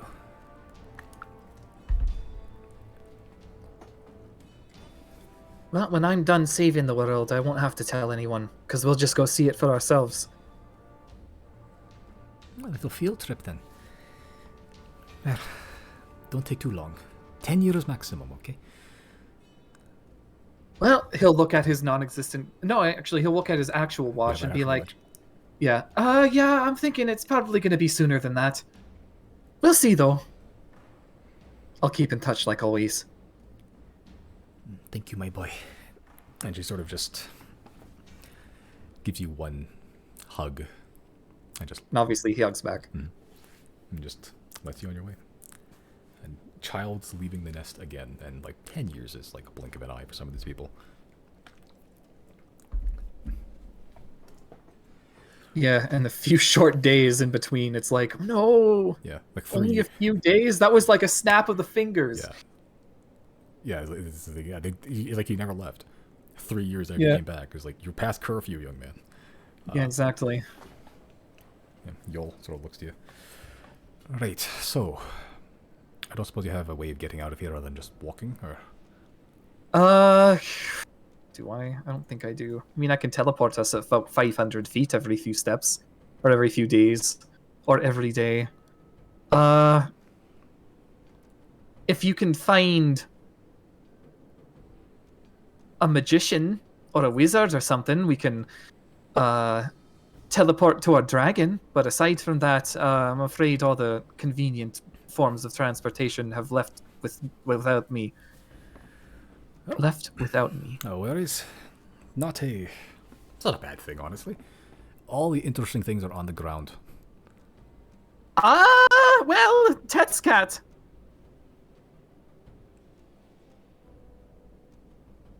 Under the ground. On the ground.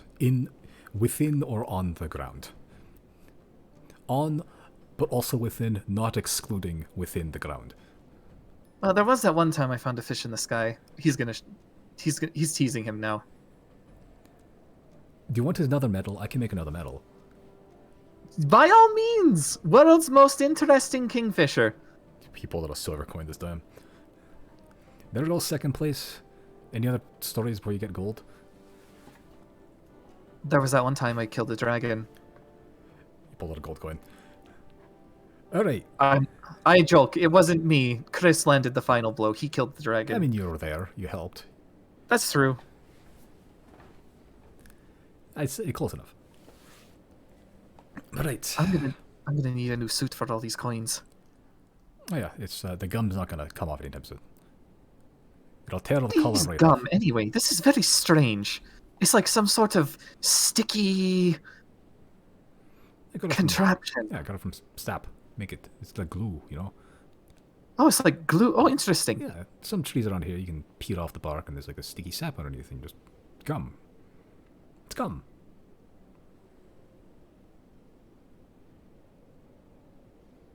I should think of uses for that. That's like a free mending spell. Yeah, well, you know. It's hard to get in large quantities. It's good for sticking So- stuff into it, but it's not permanent. Well, so is mending. It is also not easy to come by in large quantities. Yeah, but it's free. Free if you're magically inclined. Which some of us are. Both of us Some, are. not everyone. Yeah, but I don't want people to chop down all these trees just for the little bits of gum underneath the bark. That's fair enough. Well, like it's a secret, just a survival trick. Gotta stick stuff together when you're in a pinch, but you know, construction purposes, it's might be a bit of a hard ask. Yeah, without a large scale operation, it's probably not worth it, you're right. Alright, so, looking at the map, where are you headed? Well, there's the east of the Stinging Weald, and then I kind of want to go south to Hunter Isle, and then Hunter Isle. make my way back to Golmud from West Rias. I doubt Hunter Isle has anything. Within the jungles, maybe, but Hunter Isle's not as many trees. I mean, there might be something beneath the surface, maybe, but it's pretty... There is a big mountain there. Big mountain, pretty hilly, but it's also pretty well tread. One of the more well defended places of Howrah. To catch escaped slaves originally, but there's also to see any invading force as well. Oh, Hunter Isle. that makes sense. Yeah, it's a bit of. It's almost as if these places have names for a reason. Yes, we don't have the best track record. I'm trying to do my part to atone for my mistakes, but it is well, some of these people here, especially the ones living now in the capital, they're almost proud of it. Well, we could probably go on a small bit of vigilante justice if we went that way. Maybe save a few people before we make our way back to the mainland. Oh, we could. But that's up to you, though. Yeah, it seems a bit sticky. It's the opposite way of where we're going as well. Not really. I mean, we cross over through Hunter Isle and back onto the mainland through the Praise Strait. Oh, the capital of Howrah. Oh, you're going there. Oh, okay. No, I'm not going there, but that's where all the people that are proud of what we did before. No, but I thought we could save some people on Hunter Isle. Oh. Oh, what happened? What the fuck happened? Hello? There, you're back. Oh, I guess I just wasn't in for Roll20 for a while. Oh. I was looking at my notes because it's on my other screen now. But hey, I'm back. Solid.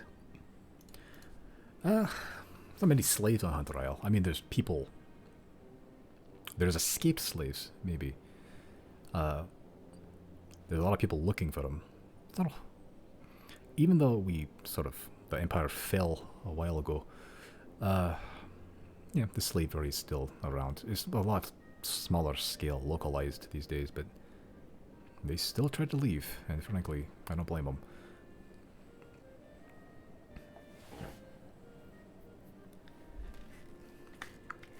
Alright, let's skip that then. We can try to make our way through there, or we can try to take a boat like last time. Yeah, let's just take the boat. But let's do a little bit of a search around the wheels first. All right, have to make Maybe our way some through more anyway. of the yeah. All right, so anchors, purple, corruption. I know the like. Corruption. All right, search we go. Let's. Okay, make a perception or investigation check, and you'll do the opposite. Well, I mean, I'm good at perception, so of course I'm gonna do that. Okay. Wow, I rolled a sub 10 and still got a 25. Wow. I rolled a 5, straight up. Okay. Yeah, keeping that for the stinging wield. Any anchors. Over the next couple of days of traveling through the stinging wield, like it takes. You're not going as fast as you possibly can. You're keeping an eye out. You're looking for anything strange, anything out of place, any purple, any pillars, any glass, anywhere. Over the next couple of days, don't see anything out of the ordinary. At least on the east side. It's this thing wields a somewhat well-traveled jungle of the jungles in Howrah. It's probably the most well-traveled, just because it's pretty much intersecting the main road always. Right. Going in and out. Someone has to go through this thing wield all the time. The other forests, not as much. The Shadow Shangle, what the fuck's there? The single wheel, looking through where you are currently for the next week or so of just traveling, are you going to Eritis or Tridia? I'll take which way Yule wants to go. He wants to go back to Dusumar, honestly. So for that, probably want to go to Noria, which any of those places would go, but Eritis is probably cheaper.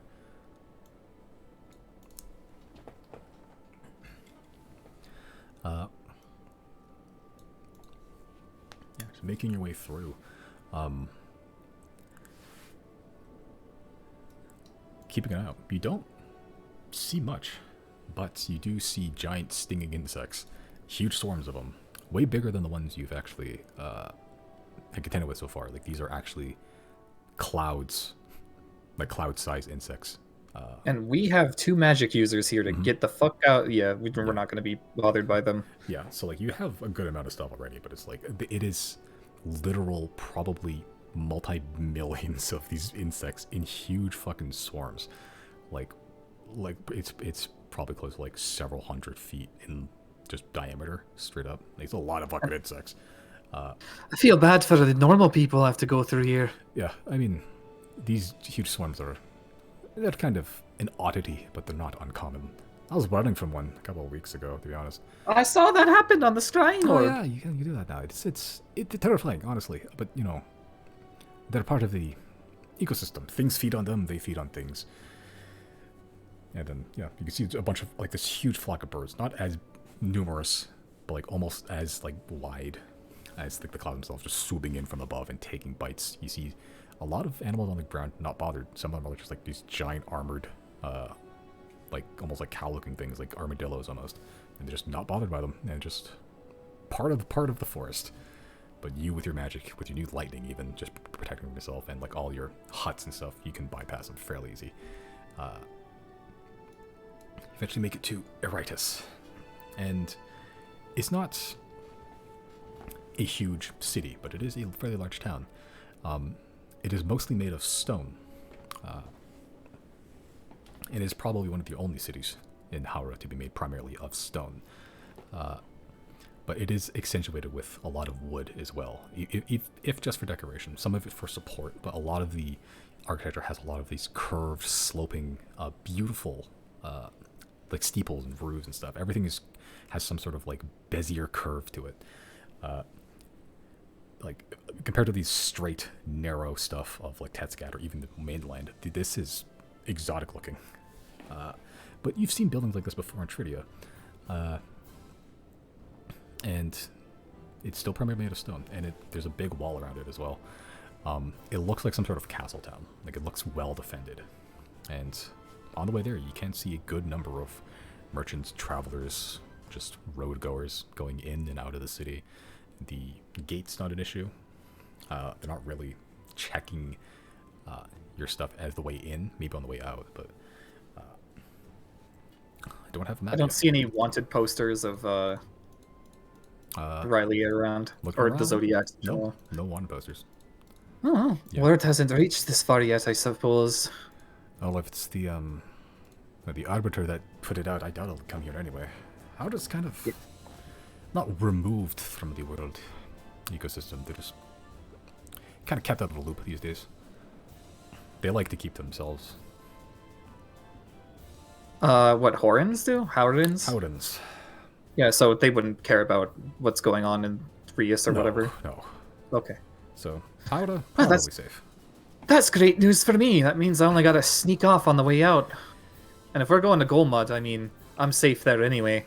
Do you want to go to Golmud directly? I mean, Do you want me to tag along with where you're going? it's up to you. I'm just saying, last time you tried that, it didn't turn out so well. No, Golmud was fine. Sylnia was the problem. Well, I mean, you shipwrecked in Golmud, didn't you? Well, I shipwrecked in Despira and washed up in Golmud, so really it's my savior. I suppose. That's one way of looking at it. But I'll tag along with you. I was just gonna go try build a boat anyway. I mean, you do what you want. I need to go to Duzamar, and it's going to be a lot of boring stuff. I mean, now you have the sea on your side. I imagine it won't be an issue now, right? I mean, I always had the sea on my side. So what happened in the fucking Despira? Good question. Well, now you have the smaller of the sea on your side. Now you have storms on your side. Maybe that was the issue. Maybe that was it. Well, up to you, but I'm heading to Duzamar to see what I can find out about Tistrada and Alahai. Well, Duzamar is kind of on the way to Golmud, so I'll come with. Yeah, I gotta pass by through a couple of cities, but... Oh, I have to pass with Bethis, too. I used to get sidestepped. Well, not really. I'll just sidestep it through the palms. Yeah. The fingers. Alright, fair enough. Okay. Mark off 5 gold for the ship trip. Sure. Wow, this is cheap. We're taking a well-known trail, not... What's it called? Renting out a boat yourself. Just heading to Nuria. Just pay for fare, distance traveled. A little cheaper just because it's not too bad. Just traveler fee. It's a lot more expensive if you have cargo, but we don't. It doesn't travel through Despira either, so that's nice. Yeah, it's well-known route. Okay. Yeah, just passing by. Taking the... It is your second time on, like, a water-borne boat through these seas, but a little calmer these days. Foreland Sea's not too bad. But just the sea breeze. You take just a merchant vessel that was going to Noria anyway, and eventually arrive after about a week-ish of travel, I believe. Probably less, to be honest. Time. You arrive, and Noria, you have not been yet either. First time. I'm going to traveling. keep my hood up just in case. Yeah, probably a good idea, and it is a good idea, as coming off, you see a couple people, not nearly as well armed as people you've seen in Abethus, but armed posses with just wanted posters on them, and they're just looking at them, just looking at everybody that crosses by. And you keep your hood up. Make a stealth check. Hold on. I'm going to see if I can do anything else to kind of... I do have a disguise kit. You do. And I might just disguise myself. you have time on the ship as well, so. Yeah, I'll just make myself look different enough so that there's no suspicion. Okay, yeah. I'm gonna make your roll because with the time you have, like I got you can plenty make of time. Yeah, you can get plenty of time. Any mistakes you can make, time will fix it. Yeah. So after trying a couple tries and like you'll like vouching if it looks like you or not, you eventually arrive. What do you look like? That's a great question. I'm just gonna paint my skin blue, and maybe try some stuff with the eyebrows and cut off any stubble. Okay, shaven. Nice. You paint yourself blue, and then Yul sort of goes, "Oh, have an idea," and he gets some water from his flask and starts flicking on your face before you get onto land. Now you look like a water genasi. Do I? Yeah. Do they have ears like that? Well, I've never actually seen a genasi. At least I don't think I have. I doubt anyone on land has either. So if they don't have ears, like Great. that, whatever. They're a little sweaty. I've known a couple. They don't have ears like that, but I know no doubt a difference. Yeah, the average person will know. You're right. Okay. And he fixes your fake nose with his prosthetics on you. But you get off, and the ship itself, fairly well going. It's not like the biggest, most luxurious ship. It's good enough. It is certainly not the least luxurious you've had. But the town itself, it is a wide, port-based town. Not unlike Gulmud, to be honest. Like looking at it, it looks very similar in a way. You see just white, salt-washed buildings, more of that, just classic mainland Rios architecture with some like desert vibes to it. Like there's a lot of like colorful dyed like tapestries and stuff, and some of the houses and buildings are made of like kind of like the sandstone colored material, and it's fairly wide, not quite as dense maybe. It's closer to like a big Fairhaven, where it kind of is like, yeah, it kind of is a big Fairhaven actually. Do they have palm trees here? Here they do not. They have very dry, arid-looking trees that look like it would survive in very like warmer weather, and it is warm here. You've been to Sant. It's not nearly as that hot, but you're close by, and Right. whatever that oppressive heat is residing in Sant, some of it blows back here to become slightly uncomfortable, but not nearly to the point of just near death as Sant could bring you to. It's more of like a pleasant breeze, especially with the sea hitting you. Like it does bring some of that moisture with it as well. You hear the seagulls above the waves lapping up against a rock shore to prevent erosion. And just as you get off, a posse, about 7 strong, just looking at these water posers, and one by one, they're just looking at anybody that's crossing. You with your hood up. They see you with your hood up and they approach. Would you like to do anything?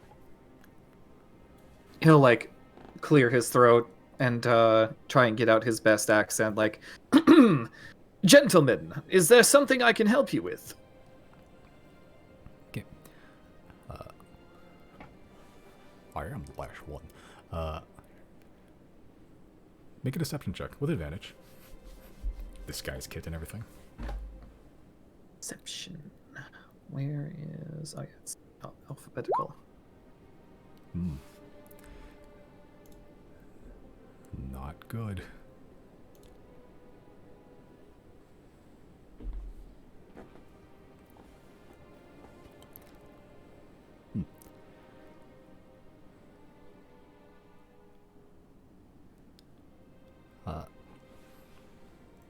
Yeah, they sort of eye you suspiciously, and they're just looking like,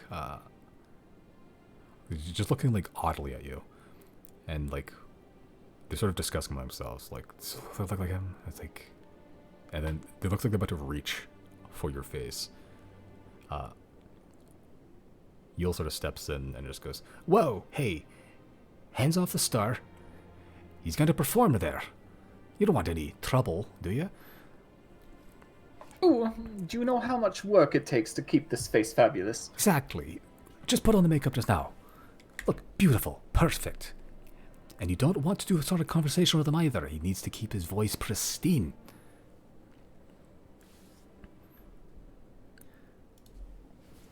Okay. They sort of look at each other for a little bit, and then they just back up. One of them just goes, what's your name? Sorry, you're performing. Yeah. I love songs. And then one of them just grabs by the scruff of the neck. It's like, shut the fuck up. Perhaps another time. You'll sort of lean in close. Alright, maybe the makeup wasn't perfect, but I'm not exactly an artist, okay? Well, it got us through, didn't it? Yeah, good enough.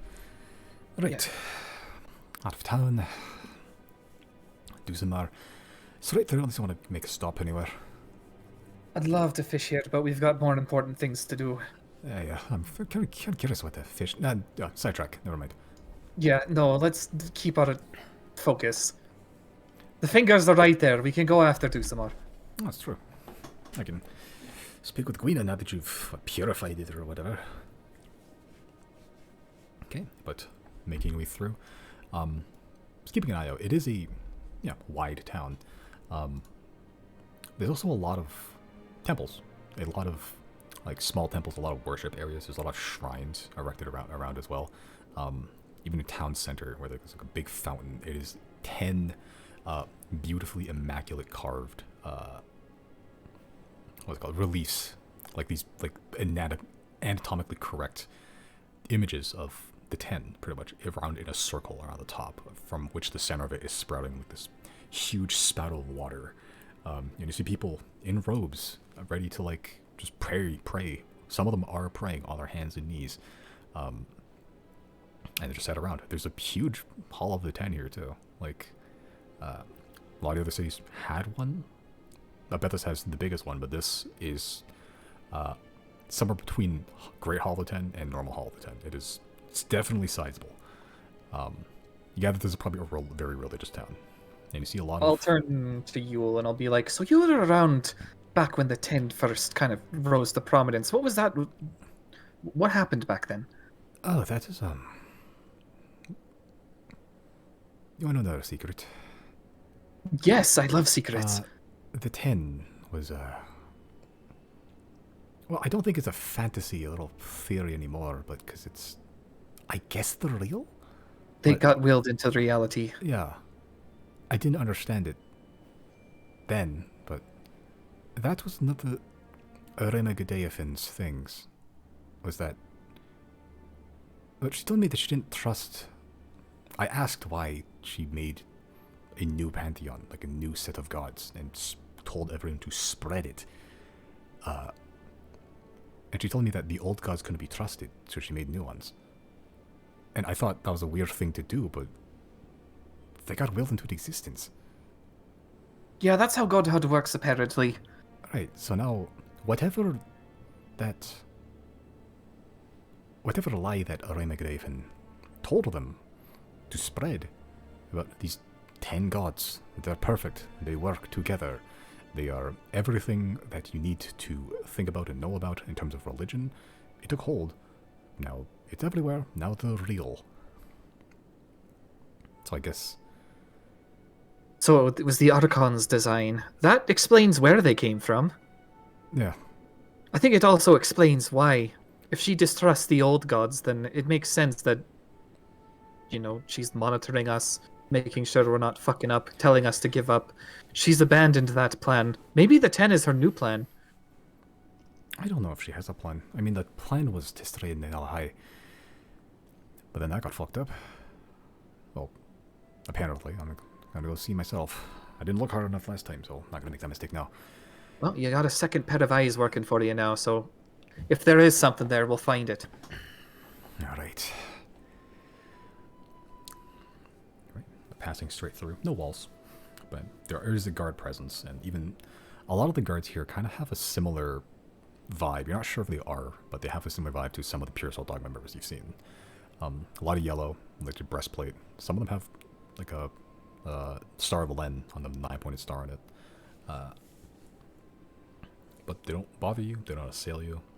And the sky seems to be working enough that at a glance they don't recognize that some elves walking around.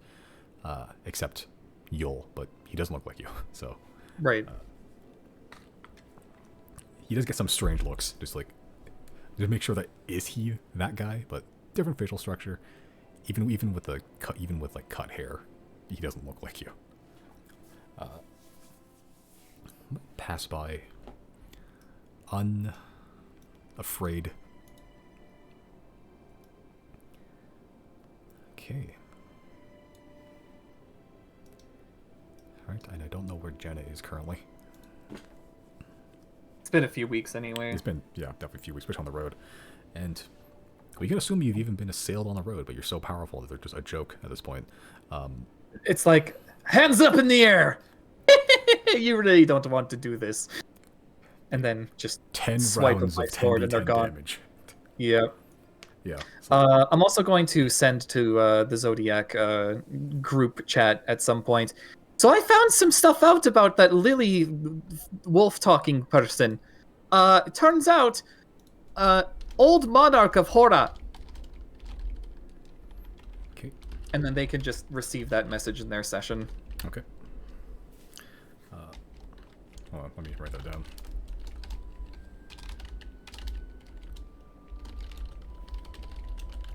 I found information about what? That Lily wolf speaker.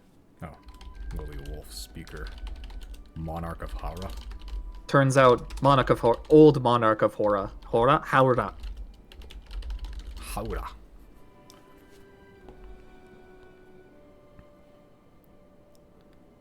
Okay. All right, but you make it to Duzamar.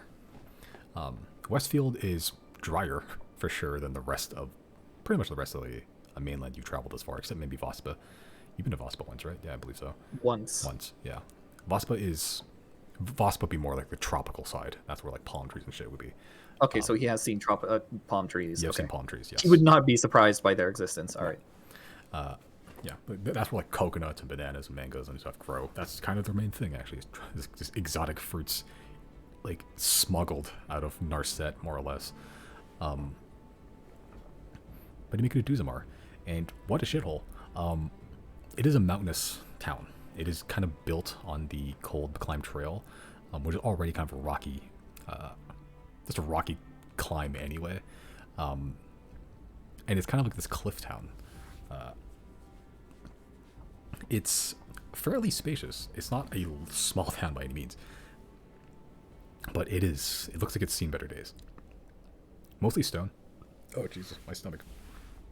It is mostly stone construction of just large stone slabs, mostly uneven, and they just whatever holes they've like in between the gaps are, they just patched up with mortar, and just like whatever else they could fill in there. And a lot of the buildings are kind of disheveled. It doesn't look that dissimilar, honestly, from like the prisoner quarters outside in Thane, except they're just not made of ice. Right. Or even in Lipat. Would it be more, yeah, Lipad? So I'll turn to Yul and say, so have you seriously never been to Thane before? No, I mean, there's not like a really town there. There's a prison, I think. There's a town in Thane. It's run by the Rexons. Oh yeah, the crime town that you told me about. Yeah. Yeah, it looks like this place. Oh good. In short, don't go there. Oh, there's two places don't go then. Okay. Yeah, I'm not gonna go there. There's very little that interests me in Thane, unless there's many things that interest me in Thane. Well, there's a fancy hotel there, but they'll probably just swindle you. I mean, at least you have another bag of holding for me to lose. I could give you mine, but there's a lot of stuff in mine, so maybe not. We'll take it out, then I can gamble it. Perhaps when everything's done and dusted, we can see if things are better up there. Yeah, I want to see if I can win back my bag of holding. Just have him apparate a second bag of holding for after my win, you know? Speaking of, he's gonna, like, hide his in his cloak more. He's gonna what? Riley's gonna hide his bag of holding in his cloak more. Yeah, that's true. You sort of hide it like either the back or the front, so you look like a hunchback or just someone with a pot belly. Be sure he keep it hidden away, and yep. A lot of the buildings are. This is kind of the opposite of Noria, if anything, where instead of like building like horizontally wide, this is building tall. It's almost built on like separate cliff faces almost. Like there's tiers to this town, and there's always almost something that is raised up, whichever tier you're on, whether you're on the ground floor, like on the road, and you're just climbing up to a second tier, third tier, whatever. There's always something above, except at the very pinnacle, where there's like this, almost like a stone fortress. It's probably the nicest building there, and it's very diamond shaped. It looks like fucking Reggie Ice. Like it's very canonical, like angular, like just carved. Kind of crystalline. Yes, that's the Canonical. Yeah. Canonically, it's crystalline. Yeah, like it's not quite like coned. It's not quite like a pillar, but it is very crystal-like. Not made of literal crystal, but it is stone that is in a crystal shape. Right. And it kind of looks nice if the rest of the town didn't look like a shithole. And the whole town, you're just being eyed up the entire time. Even the guards there, the guards, they look like guards, but they also have like patchwork armor. You see people have like bands around their arm, like straight up signifying what gang they belong to. Some of the guards have them, and this looks like a rough and tumble town. Like it, you see what Yul meant by "don't go here." There's no smell other than just cold air. But you're just being eyed like a piece of meat right now. So, same vibe when you first came here? Yeah. It wasn't a great experience. You're gonna get mugged a lot. If you're alone, at least. Which I was. We were together, though, so maybe that'll stave off some of them?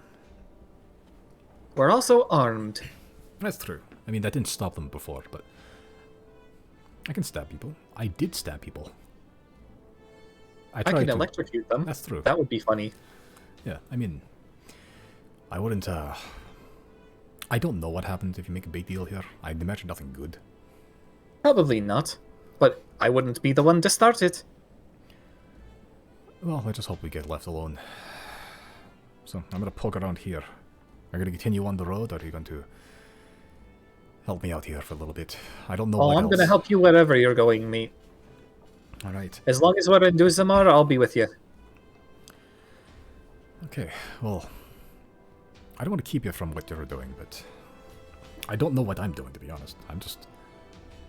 I thought I looked everywhere here, I just didn't, I guess. I don't think I have anything that helps me track things. I, in fact, do not. Oh, so there's just gonna be two guys asking for things in a town that we don't know. For a thing that may or may not exist, with no ability to track it. We do have I do have a little bit of a cheat. I can read people's minds. That's true. Oh. We'll see how that gets us.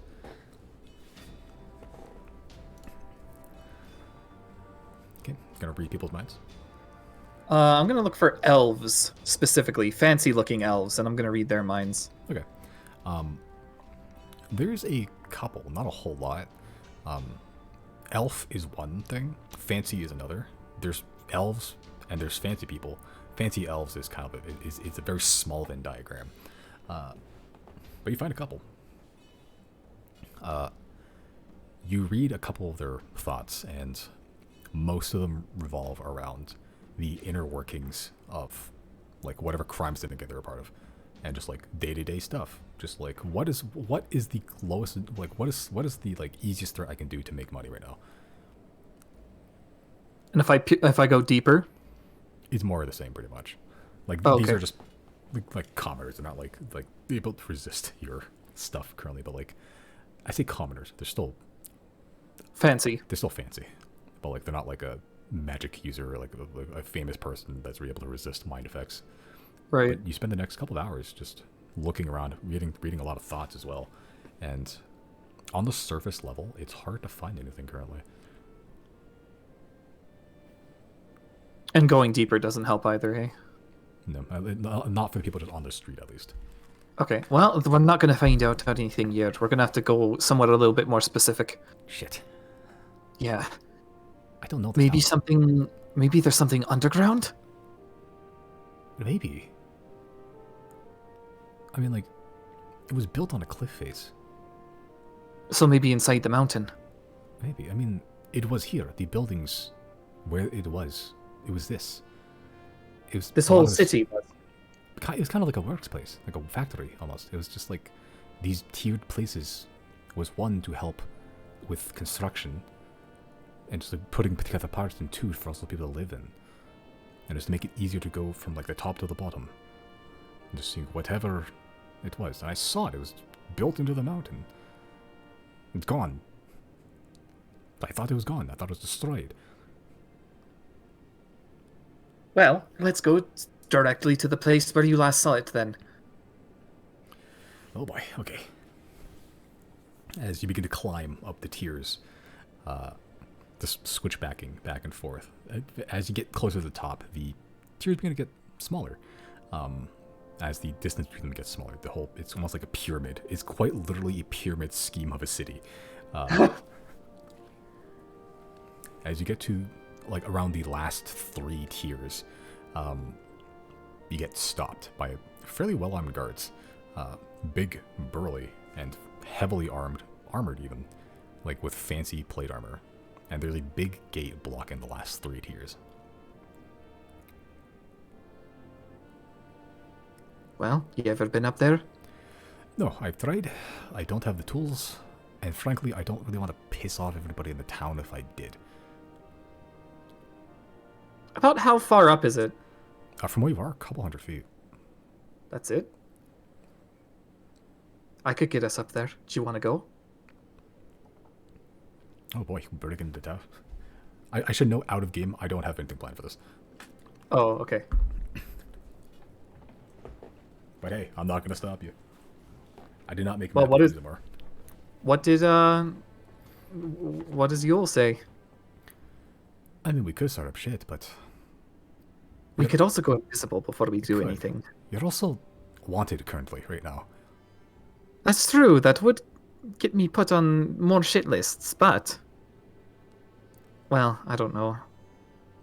What are you going to do if we can't get up there? Take it slow. Try to make friends first, really. I kind of rushed in here last time. Oh. Make friends, find contacts, find out what's going on. Who's in charge, even. I don't even know that. And then work my way up from there. I was going to take it slow, but... I'm going to read the guard's mind. Okay, there are 3 guards here.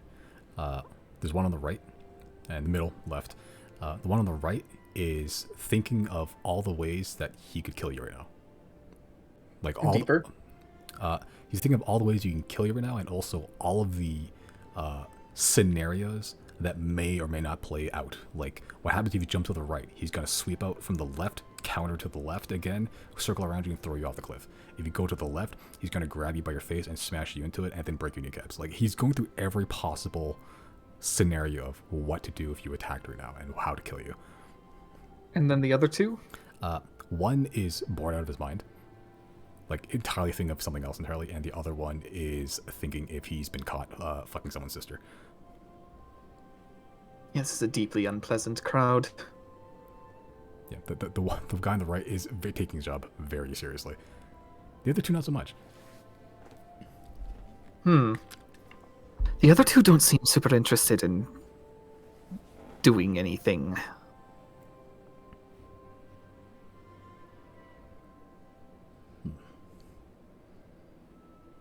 I don't think we should barge in necessarily. Is that what you got into the shit list last time anyway? Yeah, I tend to do that. So, how do you think we get in otherwise then? I don't have fly, so I can't invisifly us in. Yeah, well, that was my plan. I was going to take it slow and then figure out what to do over the next couple of days. And see if I can find a way to weasel in. I don't even know what's up there. Then? Should I leave you to that then? I don't want to keep you from what you're doing, and I don't know how long it's going to take. Plus, you can contact my brain if I come up with something. I'll let you know when The- you enter I'm my not blind worried spot. about the fact that you can't contact me through my brain. Oh, You know, in case they capture you or something, I don't have any way of knowing. That's why the sending stones were so important. I guess it appeared. Oh, maybe. I don't know how far it is. Maybe not. It's kind of far. It's kind of cruel to let the little sparrow try to carry a message all the way that. Over to Golmud. Over It's to a Golmud. little far. A little far. Well, I guess I'll head out to the fingers then. The fingers. Gormud, avoid the cops. Pretty much, and I'm in good company over there. They'll keep me safe. Well, not that I'm ever really in danger to begin with, but they'll keep me unknown. Yeah, you have friends there too.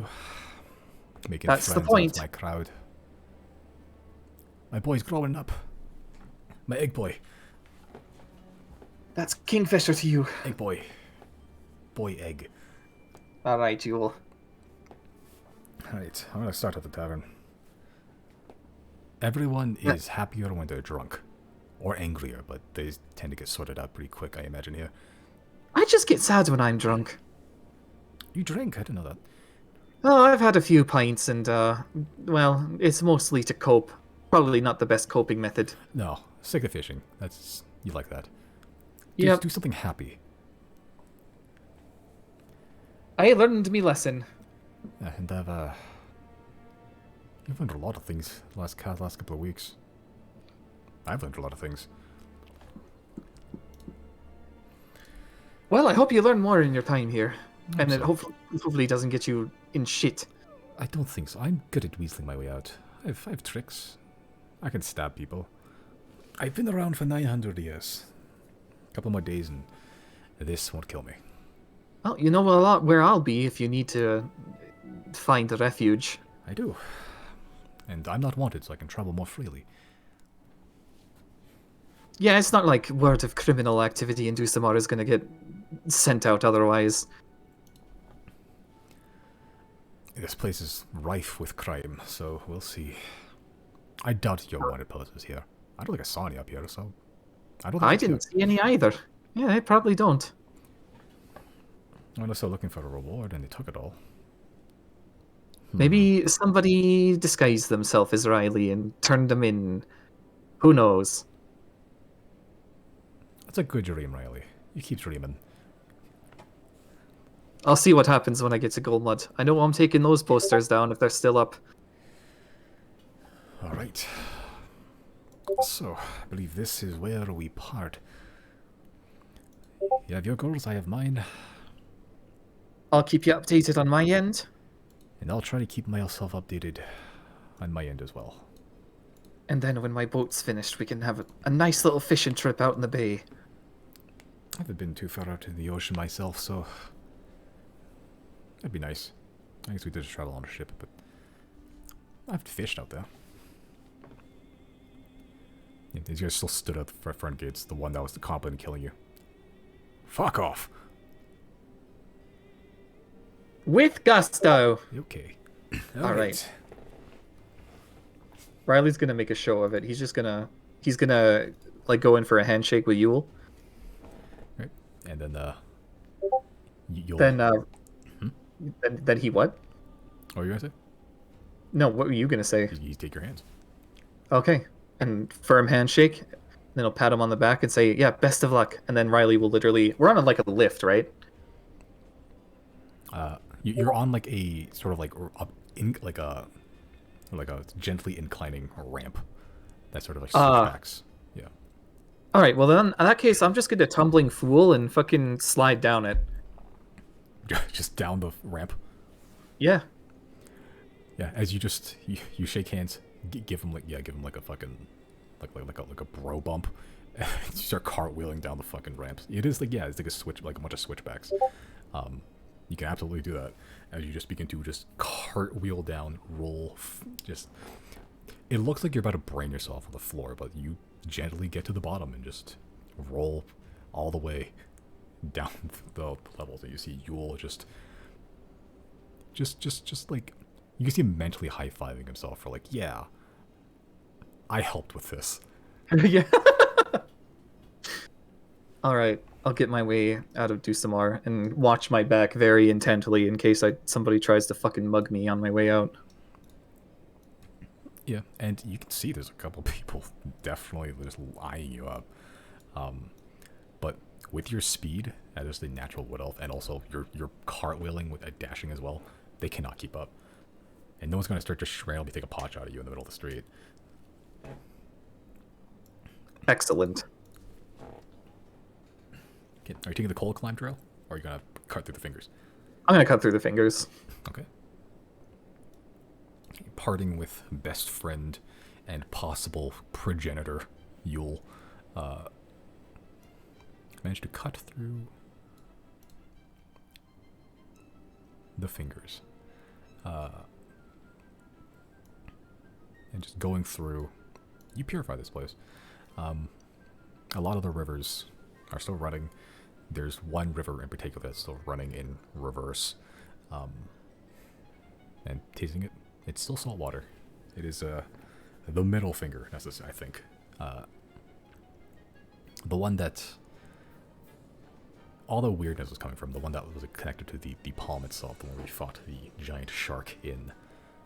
Do I notice a pushback though? Or is it just like still like full weird? Pushback in what way? Like, is it getting purified back into like river water, or is it still like? It's still salt water. At least this one river is. You can test it. You as you're crossing with the fingers. You have no issue swimming, so it's not an issue getting through them. But they're fresh water. But this one, while you're swimming through it, tasting it, it is salt. If I take out my sword, does it start vibrating? No. No. Nope. All right. Yeah, I think it was salt before last time as well, and that's just Well, all of the fingers were, right? I believe the one you're traveling down was. Oh, okay. Yeah, one of the fingers is salt water, and the entirety of the palm is salt water. Oh, the palm is salt. Okay. Yeah, and so is the wrist. It's one of the. Well, that makes sense. That makes sense. One of the legends of the fingers is that, for no reason whatsoever, for some reason, one of the fingers of the river, one of the rivers of the fingers and the palm are salt water, and also that one of the rivers runs in reverse occasionally. Oh, so this is just normal. Allegedly. He won't worry about that for now. Yeah, and last time you're here, Guido was also here too. And as you're passing through, maybe there's a correlation there. Well, that doesn't make sense. Guina's a catfish. Guido's a lot of fish put together. Oh, okay. It's like has catfish whiskers, has like goldfish coloration. I guess those are both freshwater fish. As I approach the palm, then I'll take out my sword and be like, "So wait, was I born here?" Make a religion check. Religion. Yeah, as you sort of take out Tempest Retort, you focus on it a little bit, close your eyes, and as you open them, you look back into the palm and you see this fairly large, like basketball-sized, glowing egg, and inside a tiny little, like embryo of a humanoid, just in the water. You blink Neat. and it's gone. He'll put the sword back and be like, "Huh. So this is my real home. Reilly, man of many homes." You have 3 now, 4 even, including the dragon. And he'll take a look at his form and be like, "I wonder why an elf then? Does it just pick at random? How does this songborn thing work?"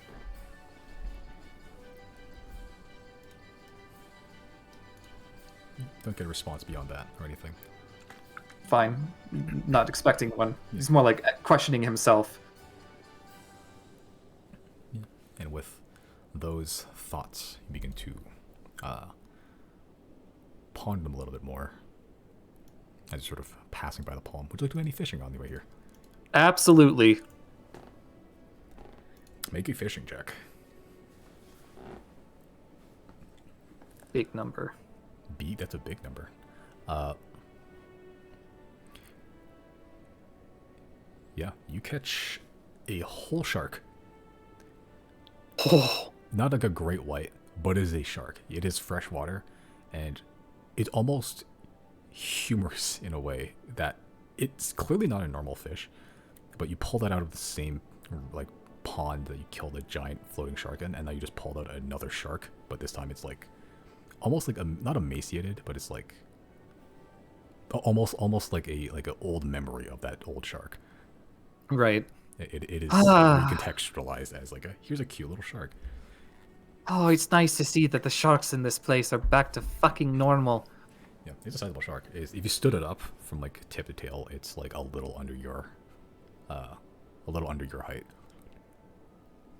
I'm gonna return it. Okay. As you return Sorry, it, bud. As I return it. yeah, as you return it, you feel like this. I don't know, this weird sense of belonging in your chest. Now with a new context of the circumstances of your birth, or your spawning, I guess. You return the shark and just let nature play out its course. Even though it looks like a freshwater lake. It is not. It is salt. And as it returns, it just swims off after dragging it through the sort of sandy shores a little bit. I like there's like this warmness in your chest. Ah, I can't wait to be done with this fucking alien invasion. Every day should be like this. And you don't know how long you stand there fishing. It feels like an eternity, yet the sun never moves. It is this perfect moment of you, water, and a fishing pole that seems like you could do this for the rest of your life, and it almost feels like you are in a way right now. Like, this is a perfect moment encapsulated in time, where time doesn't really exist. You are doing your nature against nature.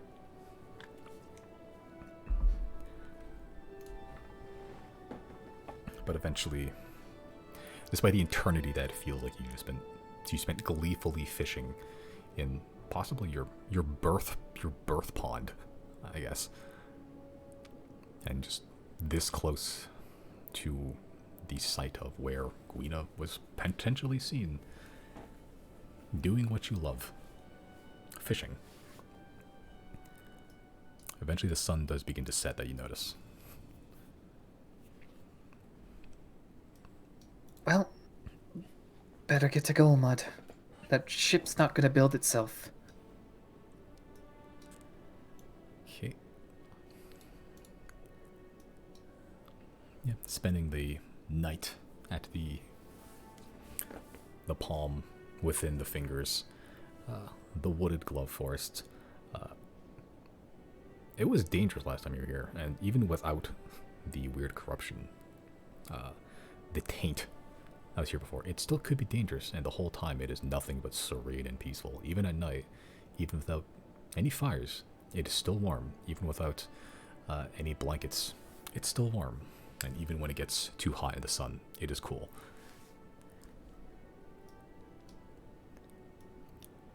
And you just feel protected and watched while you're here, but not in a creepy way, just like in a wholesome fish way. Right. Wait, actually, before he goes there, swing by the Corner's house real quick, see what Right. they're up to. You swing by, and yeah, you follow the steps perfectly, and you see the ponds that used to be just pitch black, and they're just puddles now. They don't look like this like a gaping chasmless void. You swing by the Corner's house, and after you've been out for like a couple of weeks, the house looks usable. It looks like a cabin. Looks like it's not fully complete yet. Like there's still a couple of things missing, but like the main foundation, the structure, the wall, the ceiling, they're there. It's just missing like you see like where there's been like planned stuff. Like there's still lumber still outside, like ready to be chopped and like carved and stuff. There's proper axes At some point, they got proper carving axes, and like it looks like they marked with chalk like a place they're gonna make a window.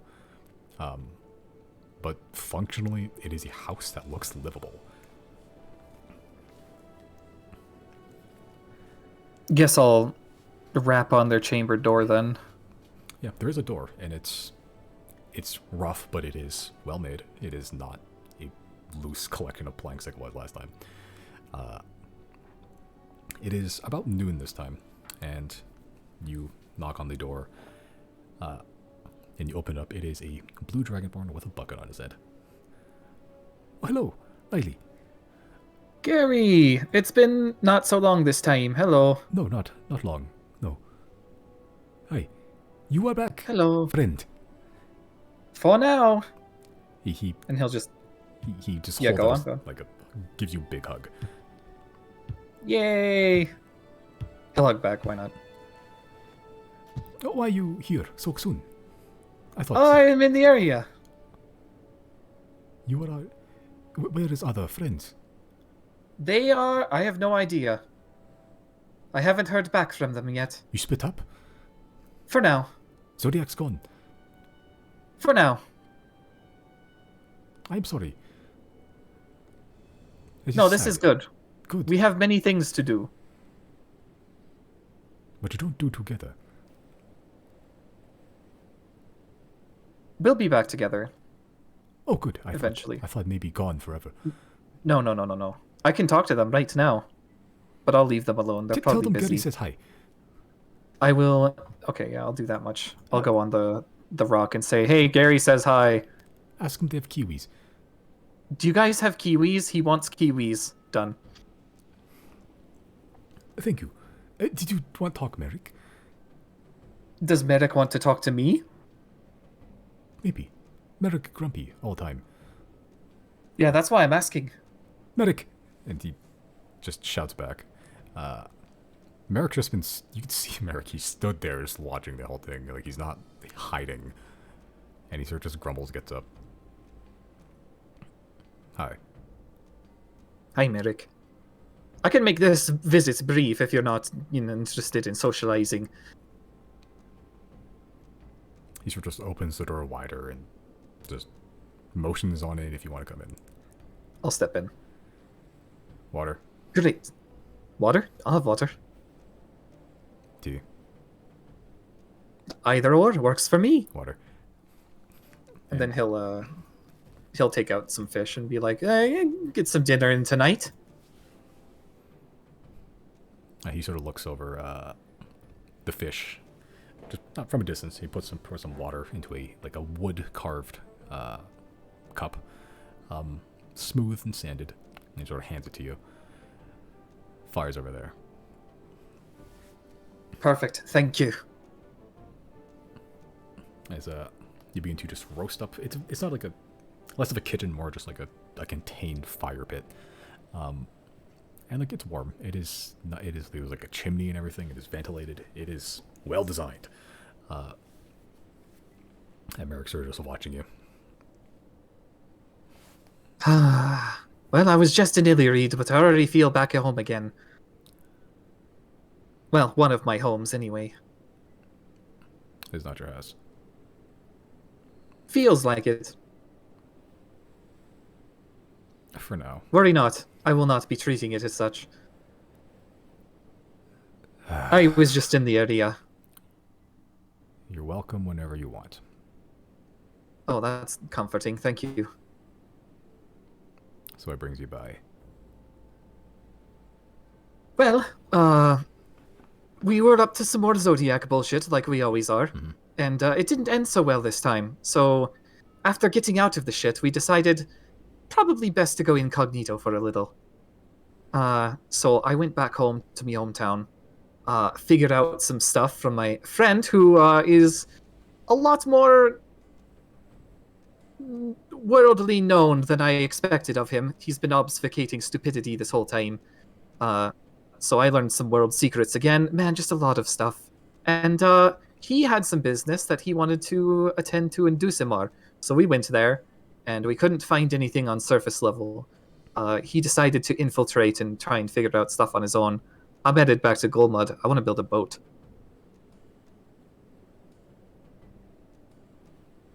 The boat thing's the least surprising thing about all that. What? It's useful. I don't have my flying dragon with me right now. Jana took it, so I need some way to get around. You have a flying dragon. Which means when you do get back together, your boat's just gonna be a boat. Ah. But when this is all over, we want to make the dragon human again. I don't know how we're going to do that. But when that happens, then I will have a boat. It's better to be prepared, right?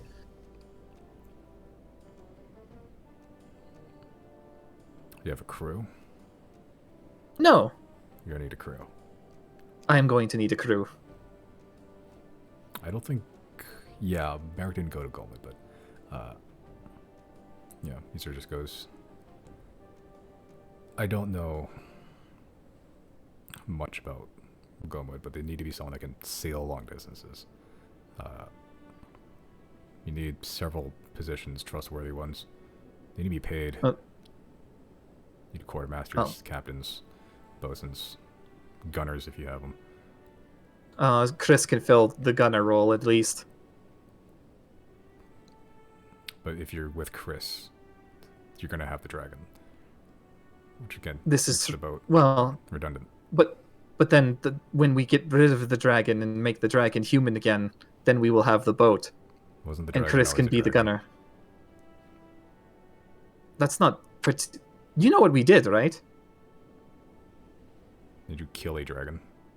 We killed the dragon, and then we took out our magical stick, and we put it in the dragon, and the soul of the stick that was previously human became the dragon and built a house on the dragon, and now it's a dragon house with a human soul in it. Do you know if that can be reversed? Do you know if it No, but we're going to try. It doesn't care. Here's an idea. And he begins to get out like a piece of paper that looks like it had schematics on one side for the house. He flips it over and just takes out like a piece of charcoal that's been in the fire. And he draws up like a small design, like just like it's weirdly like detailed. For just how gruff and angry and grumpy Merrick is, he seems like a decent engineer. And he just draws up like a small thing of like 2 foot handles. And he sort of gives it to you. There's an idea. Foot handles. Polaris is pretty big. If you want to make the ship useful all the time, maybe you can install these giant handles on the ship so it can pick it up with you. It's a great idea. Will it weigh it down more though? Because the ships are pretty heavy. Probably. I mean, so is the dragon. I don't know if that'll slow you down, but then you'll be able to carry your ship around. And for as long as the dragon is around, that does make it significantly more useful. You're right. An idea. I will attempt to employ this idea. I would never have thought of this on my own. Thank you, Merrick. You're welcome. Your fish is okay. That's the one I got from Illyreed, I believe. Yeah, that's from my hometown. If it's just okay. Little old? Well, it has been about a week. I'm not picky. Oh, it's fine. You know, vacuum storage in the bag of holding. Doesn't go bad, but doesn't stay super fresh either. It's better than Gary's cooking, so. Well, glad to be of assistance when I can be. Are you be staying the night? Me as well. From what it sounds like, the Zodiacs are going to be apart for quite some time, so may as well take my time getting all my business done. Well, if you're on the run now, it's not a bad idea. True. Maybe wait a year. Well, my friend suggested 100 years for everything to pass over, but we don't have 100 years. Not with looks at the sky. That on the way. Well, good luck with that, I guess.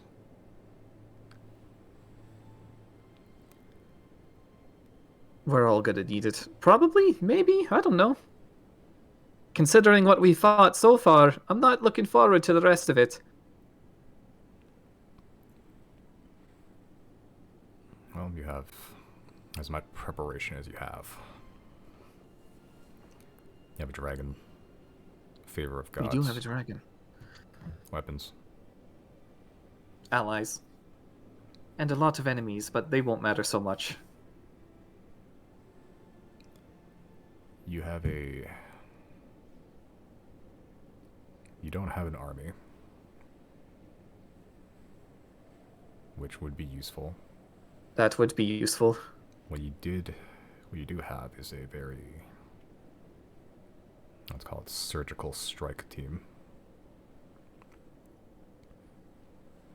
I'm not exactly a military commander anymore, but best use I can give you of your talents is just pick your fights and pick them well. Make sure that your field of battle is one you actually need to win. Because you can't afford to waste your time or efforts with something that doesn't need to be done. I'm gonna insight check him. Is he telling me not to build my boat? Make an insight check. Fuck. Hard to tell. He's telling you to pick your fights. Dropping off the radar for a bit should help with that. You have a dense collection of power. Just use it where it counts. That's the idea.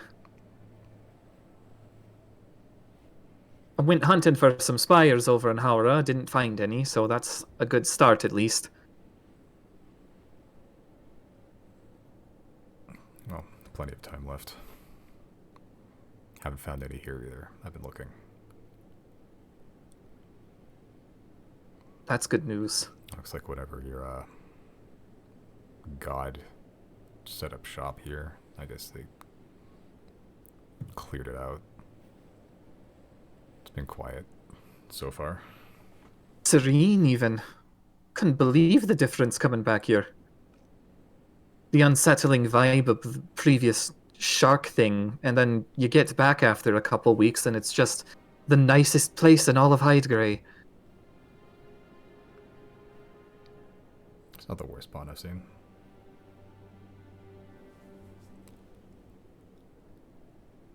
Well, I'm glad you set up shop here. Makes it easy to come back to, check in, make sure you guys are doing alright. Notice your house is pretty functional now, so good on ya.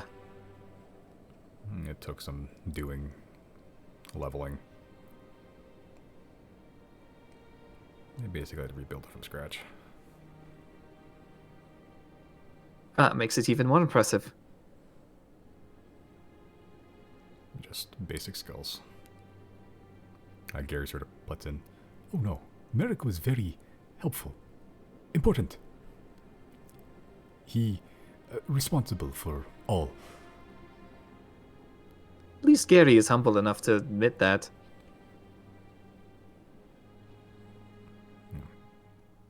Gary's a paragon of morality.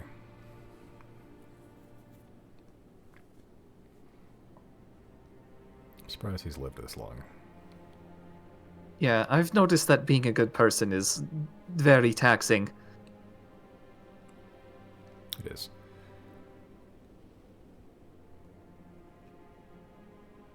Well, Merrick, just keep on it, I guess. Somebody's got to be good in this world. May as well be us. We're strong enough to handle it. I hope so. And sort of just takes the fish and sort of just chews on it, bones and all, and just crunches it with his giant wide jaw and just gets up and just begins to just sort of walk out the door.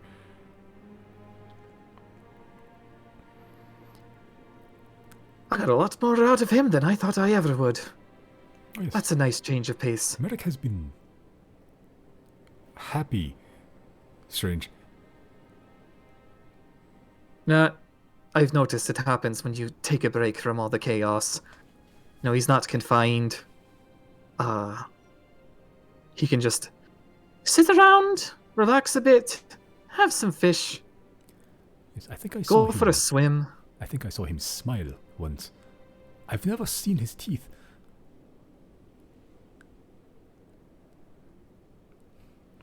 Well, I'm happy to assist with that. They are yellow. Breaking him out of teak. Well, you gotta start somewhere. You guys don't have much here. Gary, are you wanted? Can you go to the city? I don't think people want Gary. Okay, how much money do you have? None. I Great! hunt everything. I'm going to give him 45 gold. Get some basic amenities for you in, Merrick. Oh, we have money. But I just asked you if you had money and you said no. I don't. Merrick has Oh, many. Merrick? Oh, well then get some stuff for yourself. I don't want anything. I have everything I need here. Cities are scary. Cities are complicated. I like... Then I will take back that money because I might need it actually. Yes, you want to build a boat. Yes. Why do you want a boat? You have... Merrick told me you have big dragon. You have... Why do you want small boat? Little rowboat. Something to do. Lets me explore the world when I don't have access to the dragon. Lets me fish. I can store stuff on it. You can explore in a rowboat? Well, it's probably going to be big. It's probably going to be bigger than a rowboat. A big rowboat. You need many men to carry, to use. Mm-hmm. I'll get to that. It's for posterity, alright? I just always wanted a ship. What is posterity? He'll start speaking in tongues. Oh, God. I do still have that. It's on my thing, so I guess I still have it. So, yeah. Yeah, cast tongues. Then I'll just say it in Dragonborn posterity. Oh, okay. Or Draconic, rather. I do not know the meaning of such words. Common is still a strange language. I am still learning. Don't worry about it. I didn't know you speak such good Draconic. I don't. This is magic. Well, this is very useful magic. It was difficult to speak with you sometimes because it is... With the others I have a common language, but... Well, now you speak every language. Yeah, pretty much. Yep, it's really, really convenient. It's sure just I have to expend the resources to use it. I have. I've spoken Gnomish. I've spoken Dwarvish, right? Maybe. Maybe. I don't remember any uses of it, but I'm sure you have. You don't remember any? No, I was using this thing constantly in Sen Lumina. That's true. Yeah, because, like, most of them didn't speak common, right? Or maybe it was undercommon. Either way, it was to speak to the gnomes. Yes. And they're being chased. Yeah, the brothers. And also, I think the leader spoke common, but yeah. But you are welcome to stay as long as you like, Reilly. We don't have an extra bedroll, but pick a spot on the floor. It is yours for the night. Yep. These are similar to the conditions I've got back in my home village, so it doesn't bother me, especially if it's just for a night. That's all I'll be, just tonight. Boat's not going to build itself. You're welcome to stay longer, and if you ever get... I don't want to say you get tired of cities, but you're always welcome here. I'll keep that in mind. And you'll know where to find me. I'll just be south of here. Just follow the road. Should that change, I'll just send you a little brain message. Yes, it tingles when you send me messages sometimes. I've never known what it's like to get sent a message that way. Maybe once or twice. Zero does it sometimes, but yeah, I'm kind of used to it. Well, you can find us pretty easily. With your brain messages and... Well, yeah, I think you have good eyes, good ears, good nose. Well-shaped nose. Wait, is the prosthetic still on? If you want it to be. Maybe you forgot. He'll take it off. he'll take it off and be like, "Oh yeah, no, that's fake. Sorry, here's my real nose." Oh, I thought you grew weight. I'm sorry. No, no, no. I didn't want to presume. He'll like take a look at his arms and see a few blue spotches as well and be like, "Yeah, I needed to do some stuff to get on a boat, but shouldn't have that problem going forward." The house is yours. Our food is yours. Our water is yours. He'll have some more water. There's plenty of it. A lot of the rainwater gets caught in the puddles, and they just seem to just filter it out. Yeah, for as long as you need. American Venture just come back with a whole deer over your shoulder. Yeah, for the night you rest up, chat, reminisce with the two of the four corners, which I guess is just a line.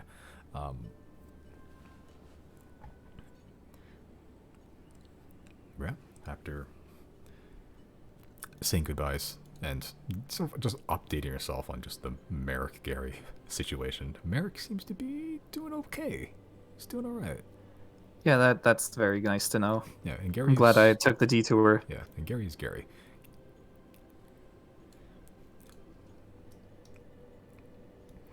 All right. Oh, Jesus Christ, I'll press. Okay, there we go.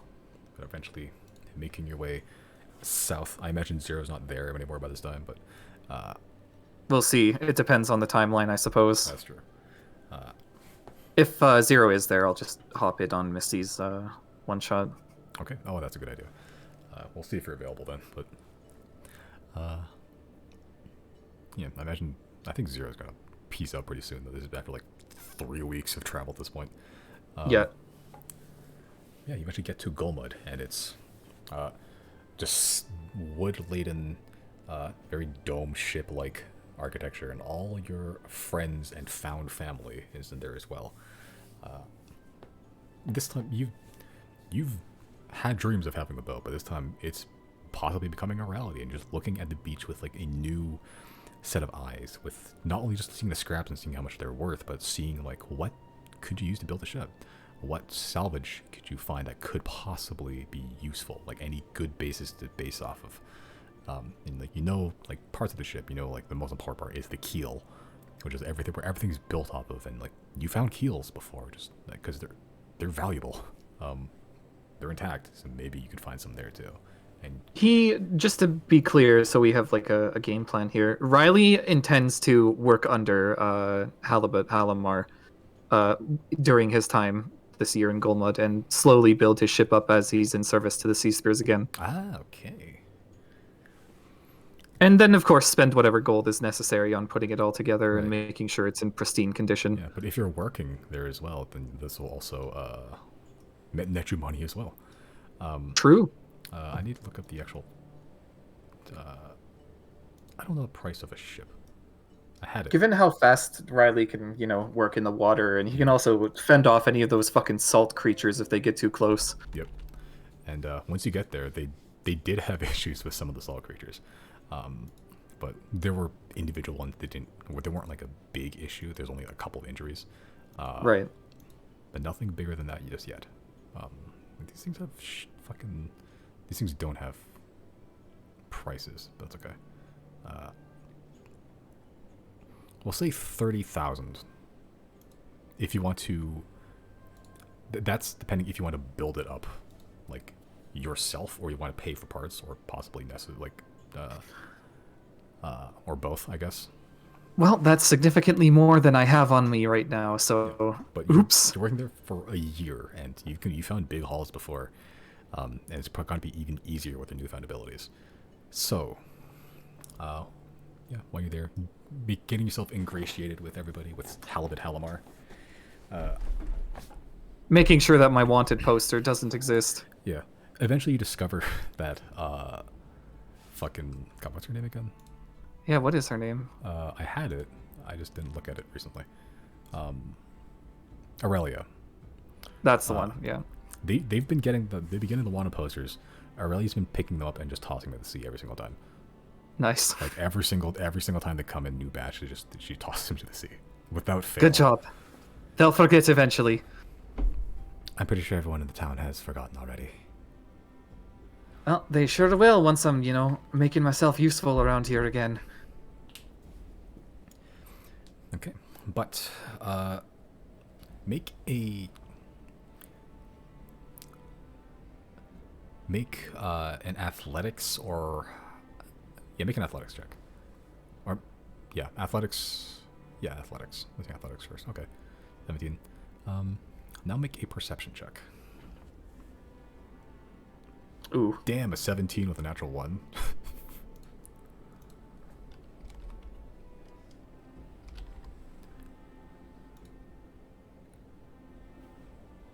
Okay.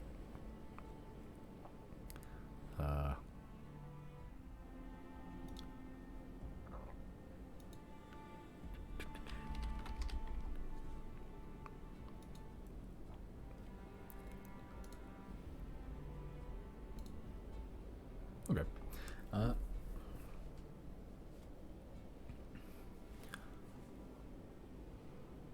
Oh, actually, hold on. I have things. Okay, so in terms of money, with your abilities, the perception check wasn't great, so you missed some good salvage. And occasionally, Lighthouse gets it, or the Crusty Sand Dollars gets it, but with your newfound abilities, your ability to breathe underwater, not need any like breathing apparatuses or tubes or anything, like you are about like you were like 4 times efficient at your job than you were before. Even though you missed some stuff, Right. but like you are far more superior at handling this job now. Yeah, so even with some missed salvage, you do make about 4,000 gold Over how long?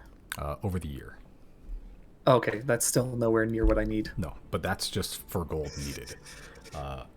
That's just for gold. That's just straight money you make, right? Oh, right. You still need to the base price of 30,000. We'll now roll to see how much you can bump that price down with just salvage you find. Right. So it's, let's see here. I had rules for this. Make an investigation or perception check. I don't know why I gave you the choice. I know what Yeah. you choose. You know what? I could roll investigation, but why the fuck would I? Obviously, perception. Jesus. Okay. Much better. So even though you didn't find as much salvage to make money for, you missed some big hauls, you missed some big chests. Maybe don't need them because you find a lot of good salvage. Maybe that's where you put most of your time into doing, is not looking for necessarily good salvage, but good parts for your ship, and a lot of it is underwater too. Most stuff on the beach gets picked up already, but you find a lot of stuff on the bottom of the floor that is in decent enough condition. You fucking far exceed the DC I put there. Okay, and you find a good amount of parts. You find a good keel, the main part of the The foundation upon which all else lies. yeah. So then, like, once you find it, you have your good spirits. Like, this is a perfect keel. Like, it's barely damaged, and anything that is damaged, you can just mend it up real quick. And whatever spells you want to do, will also help as well a little bit. Mending special. I don't. It's probably just going to be mending because I don't think anything else here would Okay. really help. Because a lot of it, basically just destroying things or controlling water or something. Yep. Okay. Now that you have good parts, or these good enough parts, make an investigation check to see if you can survey the ship to see what you need to prioritize and see what will need to be done first in what order. This is for general organization. Okay, not great. Okay. Okay. So, you can sail a ship. You've been on a ship. You're not a shipwright. So you have to hand off the reins to other people that are more suited for just repairing ships. You went for salvage. You didn't necessarily repair ships too much. You define the parts. Okay, now make one more perception check for For extra salvage, for stuff that you didn't find initial pass. Okay. So over the year,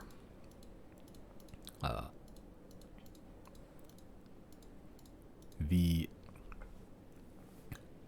yeah, okay.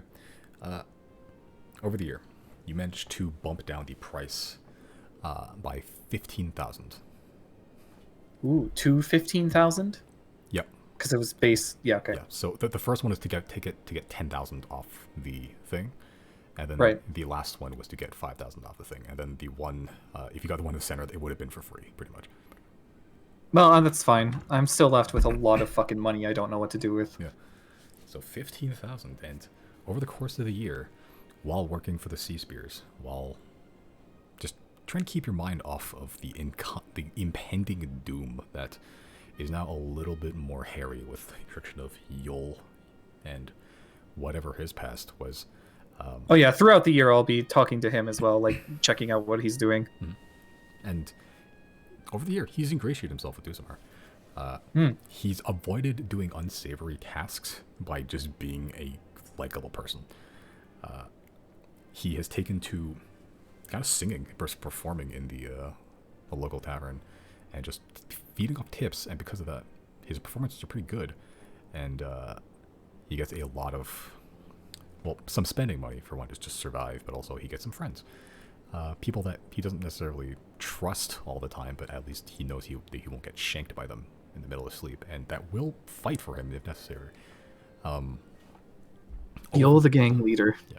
Over the year, he's ingratiated himself, but he has not found the thunderstorm that will bring flowers yet. But he has noticed, he's been keeping out, Silverwind is moving stuff in here. Like, he sees a lot of Silverwind wagons come in loaded with stuff, and they leave empty.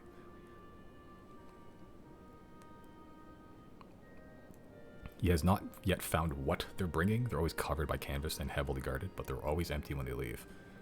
Which he can make some assumptions. Yeah, he finds it super suspicious. Because he uses the experience of, like, when he used to oversee operations here, this is almost exactly what would happen. Of just, people would come in, all the resources would come into Due Samara, and just leave empty, and just go out, get materials, come back. Maybe it's a little slower, but it's happening.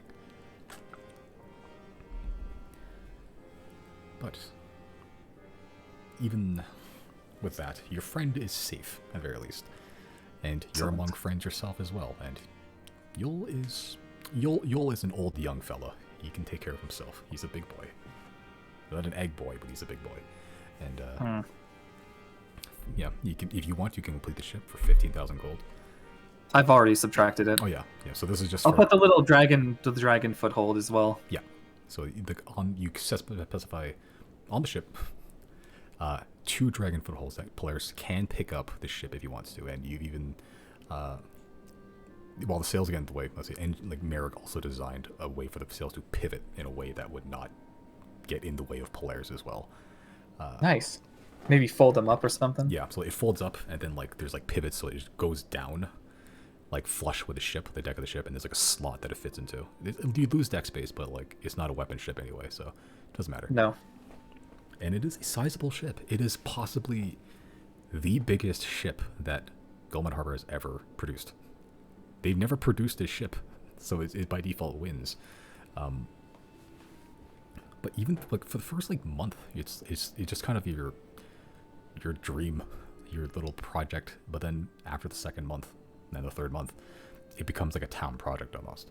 And people, like, you see kids coming up to you and just like, here, is this part useful? And you're like, yeah, sure, whatever.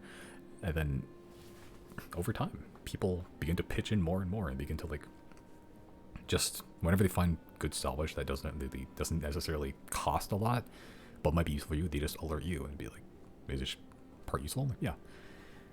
And you kind of just get the whole town excited, and then by the time that ship is seaworthy, it's a sizable ship. It is a beautiful ship. Well, it has character. It's your ship. And it is currently docked, tied, floating, and you are next to it on the dock with just a bottle of wine and pretty much the entire town just ready to see what you name it. Thank you, everyone. This has been an arduous task for the longest time.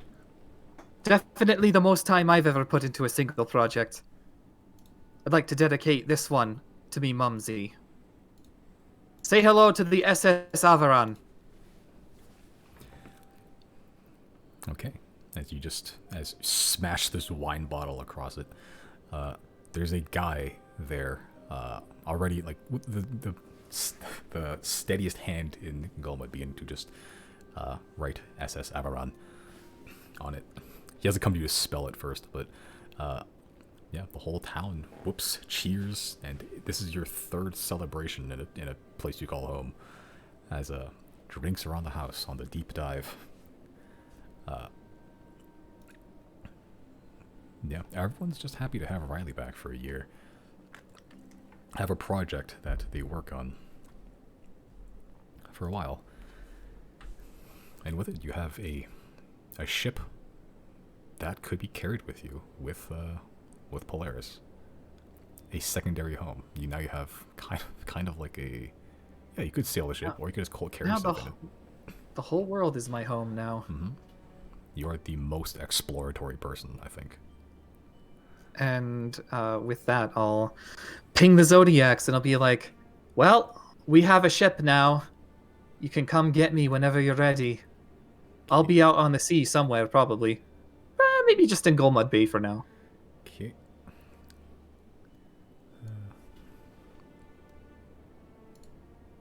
Let me write this down as well. Bolt for Reilly.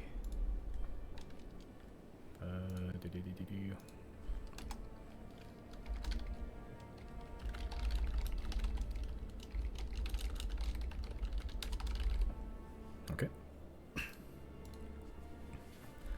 All right. But that is your year. Is there anything else you'd like to accomplish?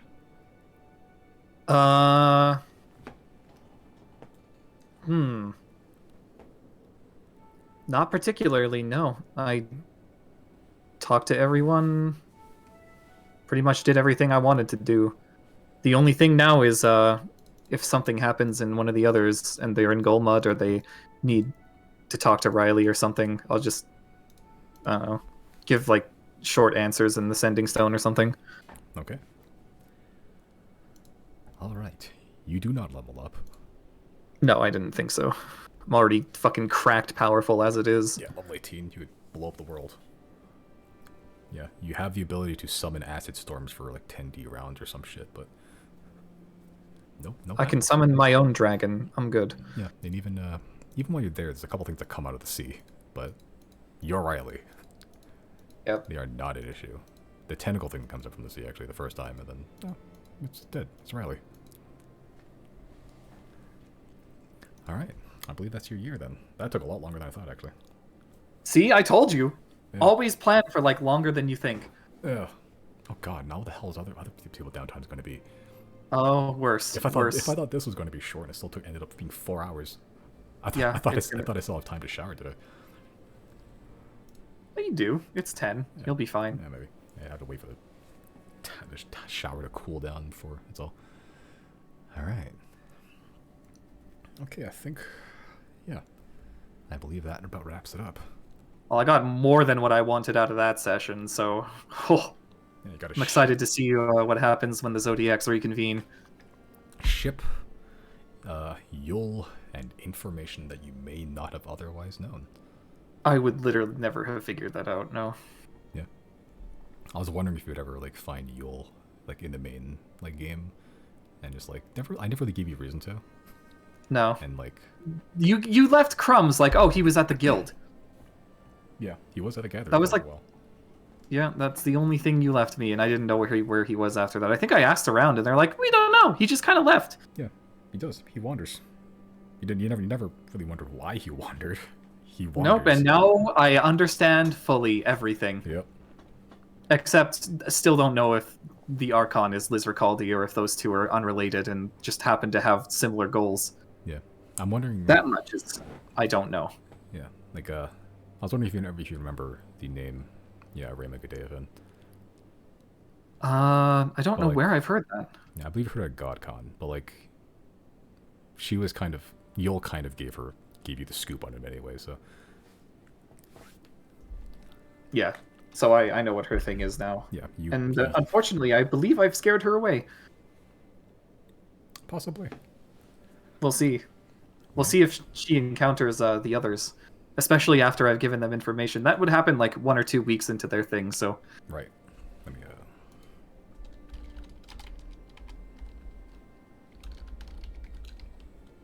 Okay, I'll write that down too. I believe there's a second message descent before, but I didn't write it down, so I don't remember. But I can watch it back. Yeah, that's true. All right, I'm gonna stop recording in case this thing fucking corrupts everything. All right.